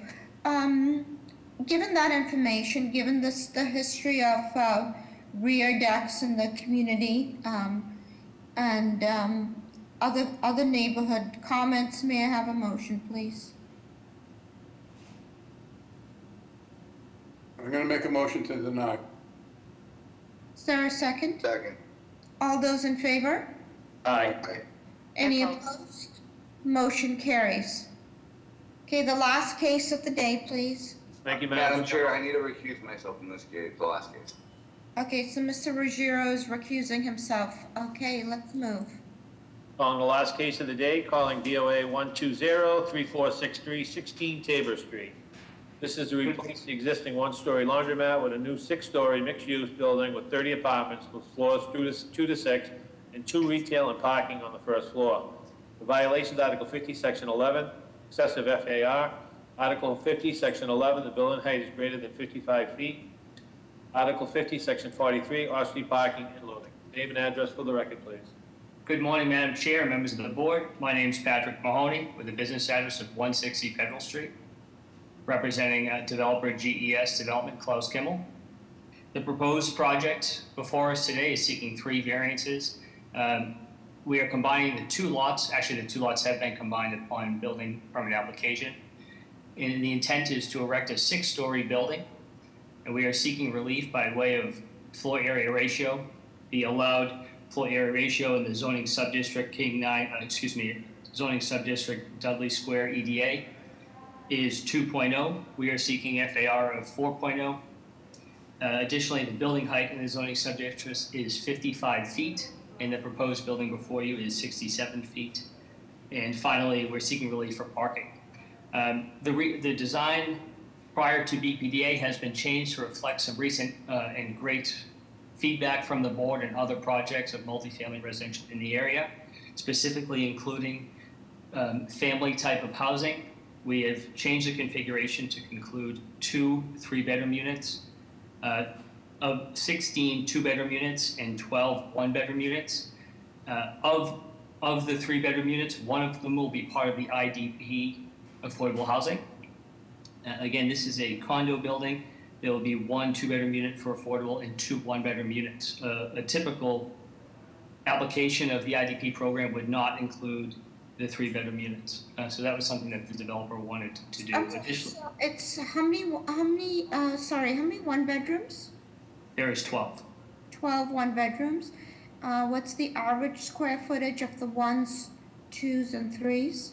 Certainly. So the smallest 1-bedroom unit is 645 square feet, and it ranges to 730 square feet, which is above the standard metro sizes.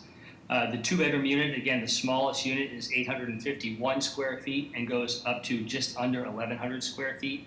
And the 3-bedroom units are just under 1,200 square feet. Okay. Go ahead. There'll also be 2 Group 2 units. 1 is required for this size building, and of the 5 parking spaces, 1 will be accessible.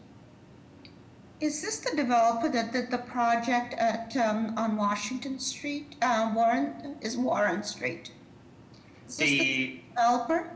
No, this is the developer that did 10 Tabor Street next door, Madam Chair. Okay, so tell us how 10 Tabor and 16 Tabor are going to work together. That's a great question. So 10 Tabor is recently completed and 90% sold out. That was a 45-unit building, mostly 1-bedroom and 2-bedroom units, with 10 parking spaces. Of the 10 parking spaces, only 4 are occupied. So with 90% of the building sold out, only 4 of the applicants have cars. And my client did forward a picture to me this morning to show me the street last night had no cars parked on its surface, which I think is a good sign for this area. Now, 10 Tabor does not have any 3-bedroom units. This building does. And again, 1 of them is affordable. And so tell us about the parking at 16 Tabor then. There's at 16 Tabor, there is 5 parking spaces, access from Palmer Street, which is a shared lot with 10 Tabor. It's granted access for vehicle access. It enters in from Palmer. There's 5 parking spaces there, 42 bike spaces, and there's also 2 retail units, one of 1,000 square feet and the other one 1,193 square feet. In addition to the gym space and other common amenities, there's a shower area which is required for bike riders both of retail patrons and employees and residents of the building. Okay, any roof deck proposed? There is no roof deck, Madam Chair. Okay, and then, so I guess my question is, you're proposing 2 retail spaces and five parking. Tell us how you anticipate, providing parking for people who work at these facilities. So, Madam Chair, the parking is for the residential units. This isn't a restricted parking overlay district, so no parking is required for the commercial businesses. We are hoping, just like the existing building at 10 Tabor, that the patrons of the retail and other retail in the area rely on public transportation next door or the parking lot across the street. There is ample street parking, which is not something I would normally not testify to, but there has been no parking spaces from the videos presented to me from my client of folks parking on the street. Okay. How are the plans, Ms. Better? Madam Chair, the plans are adequate. Any questions from the board? I have a question for Mr. Hampton. Jeff, you know, this neighborhood is going to be seeing a lot of development in the very near future. I guess Haley House is closing its doors in the very near future. But the development of that site, Cruz got the approval for the development of the site next to the library. The other parking lot by the station is going to also be approved. And then this one, so there's a lot of proposals for development, and of course, the Blair lot. And how can I forget parcel 8 at the corner of Melnia, Cass, and Harrison, and of course, Beefit, Benjamin Franklin. So I'm sure that all of them at some level have come in to have their parking needs reduced. Can you tell us if there's been some impact analysis, not only on parking, but also on the number of micro units versus regular units for this community? Such a question I didn't study for today. Oh, my goodness. But I can make a note and I can ask the powers that be here if any studies have been done. Yeah, because, you know, today everything might look also comfortable but with all these projects coming in without adequate parking, you know, at some point the neighborhood is going to be, you know, really feeling the squeeze. Not only the residential users, but the business users that need to see that turnover, you know, on their street. So I just put that out there. No, that's fine. And I'll ask and I'll try to have an answer for you and the board for the next meeting. Thank you. You're welcome. Is anybody here to speak in support or in opposition of this proposal? Good afternoon, Madam Chair and members of the board. This is Jason Gant with the Mayor's Office of Neighborhood Services. This was a BPDA facilitated process, but I do want to highlight that I did get 3 letters of support for the proposal, and we are going to be deferring to the expertise of the board. Thank you. Madam Chair, we do have letters of support.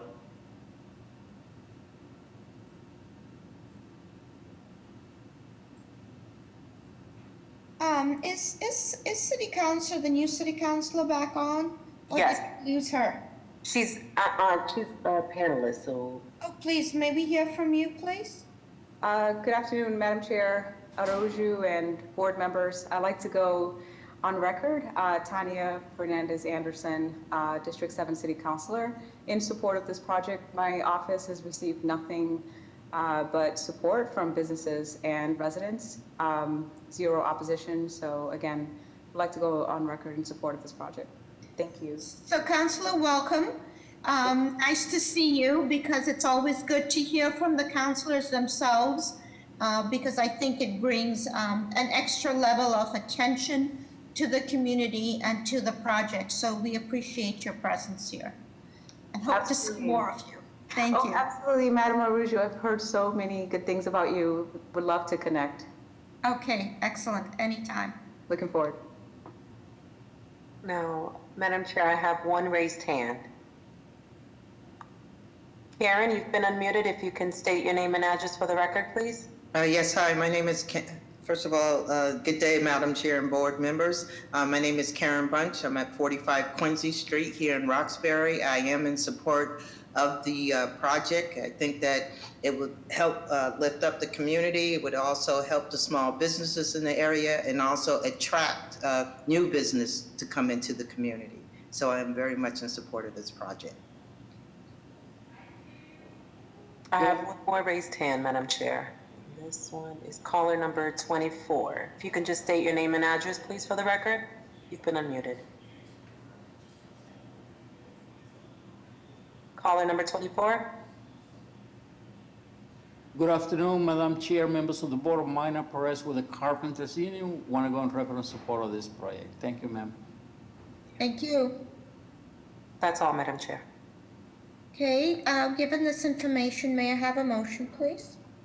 Madam Chair, I'd like to put forward a motion of approval with BPDA design review to pay special attention to the exterior and also to examine the mechanical room to see if there's a potential to do screening versus a build out on the top floor.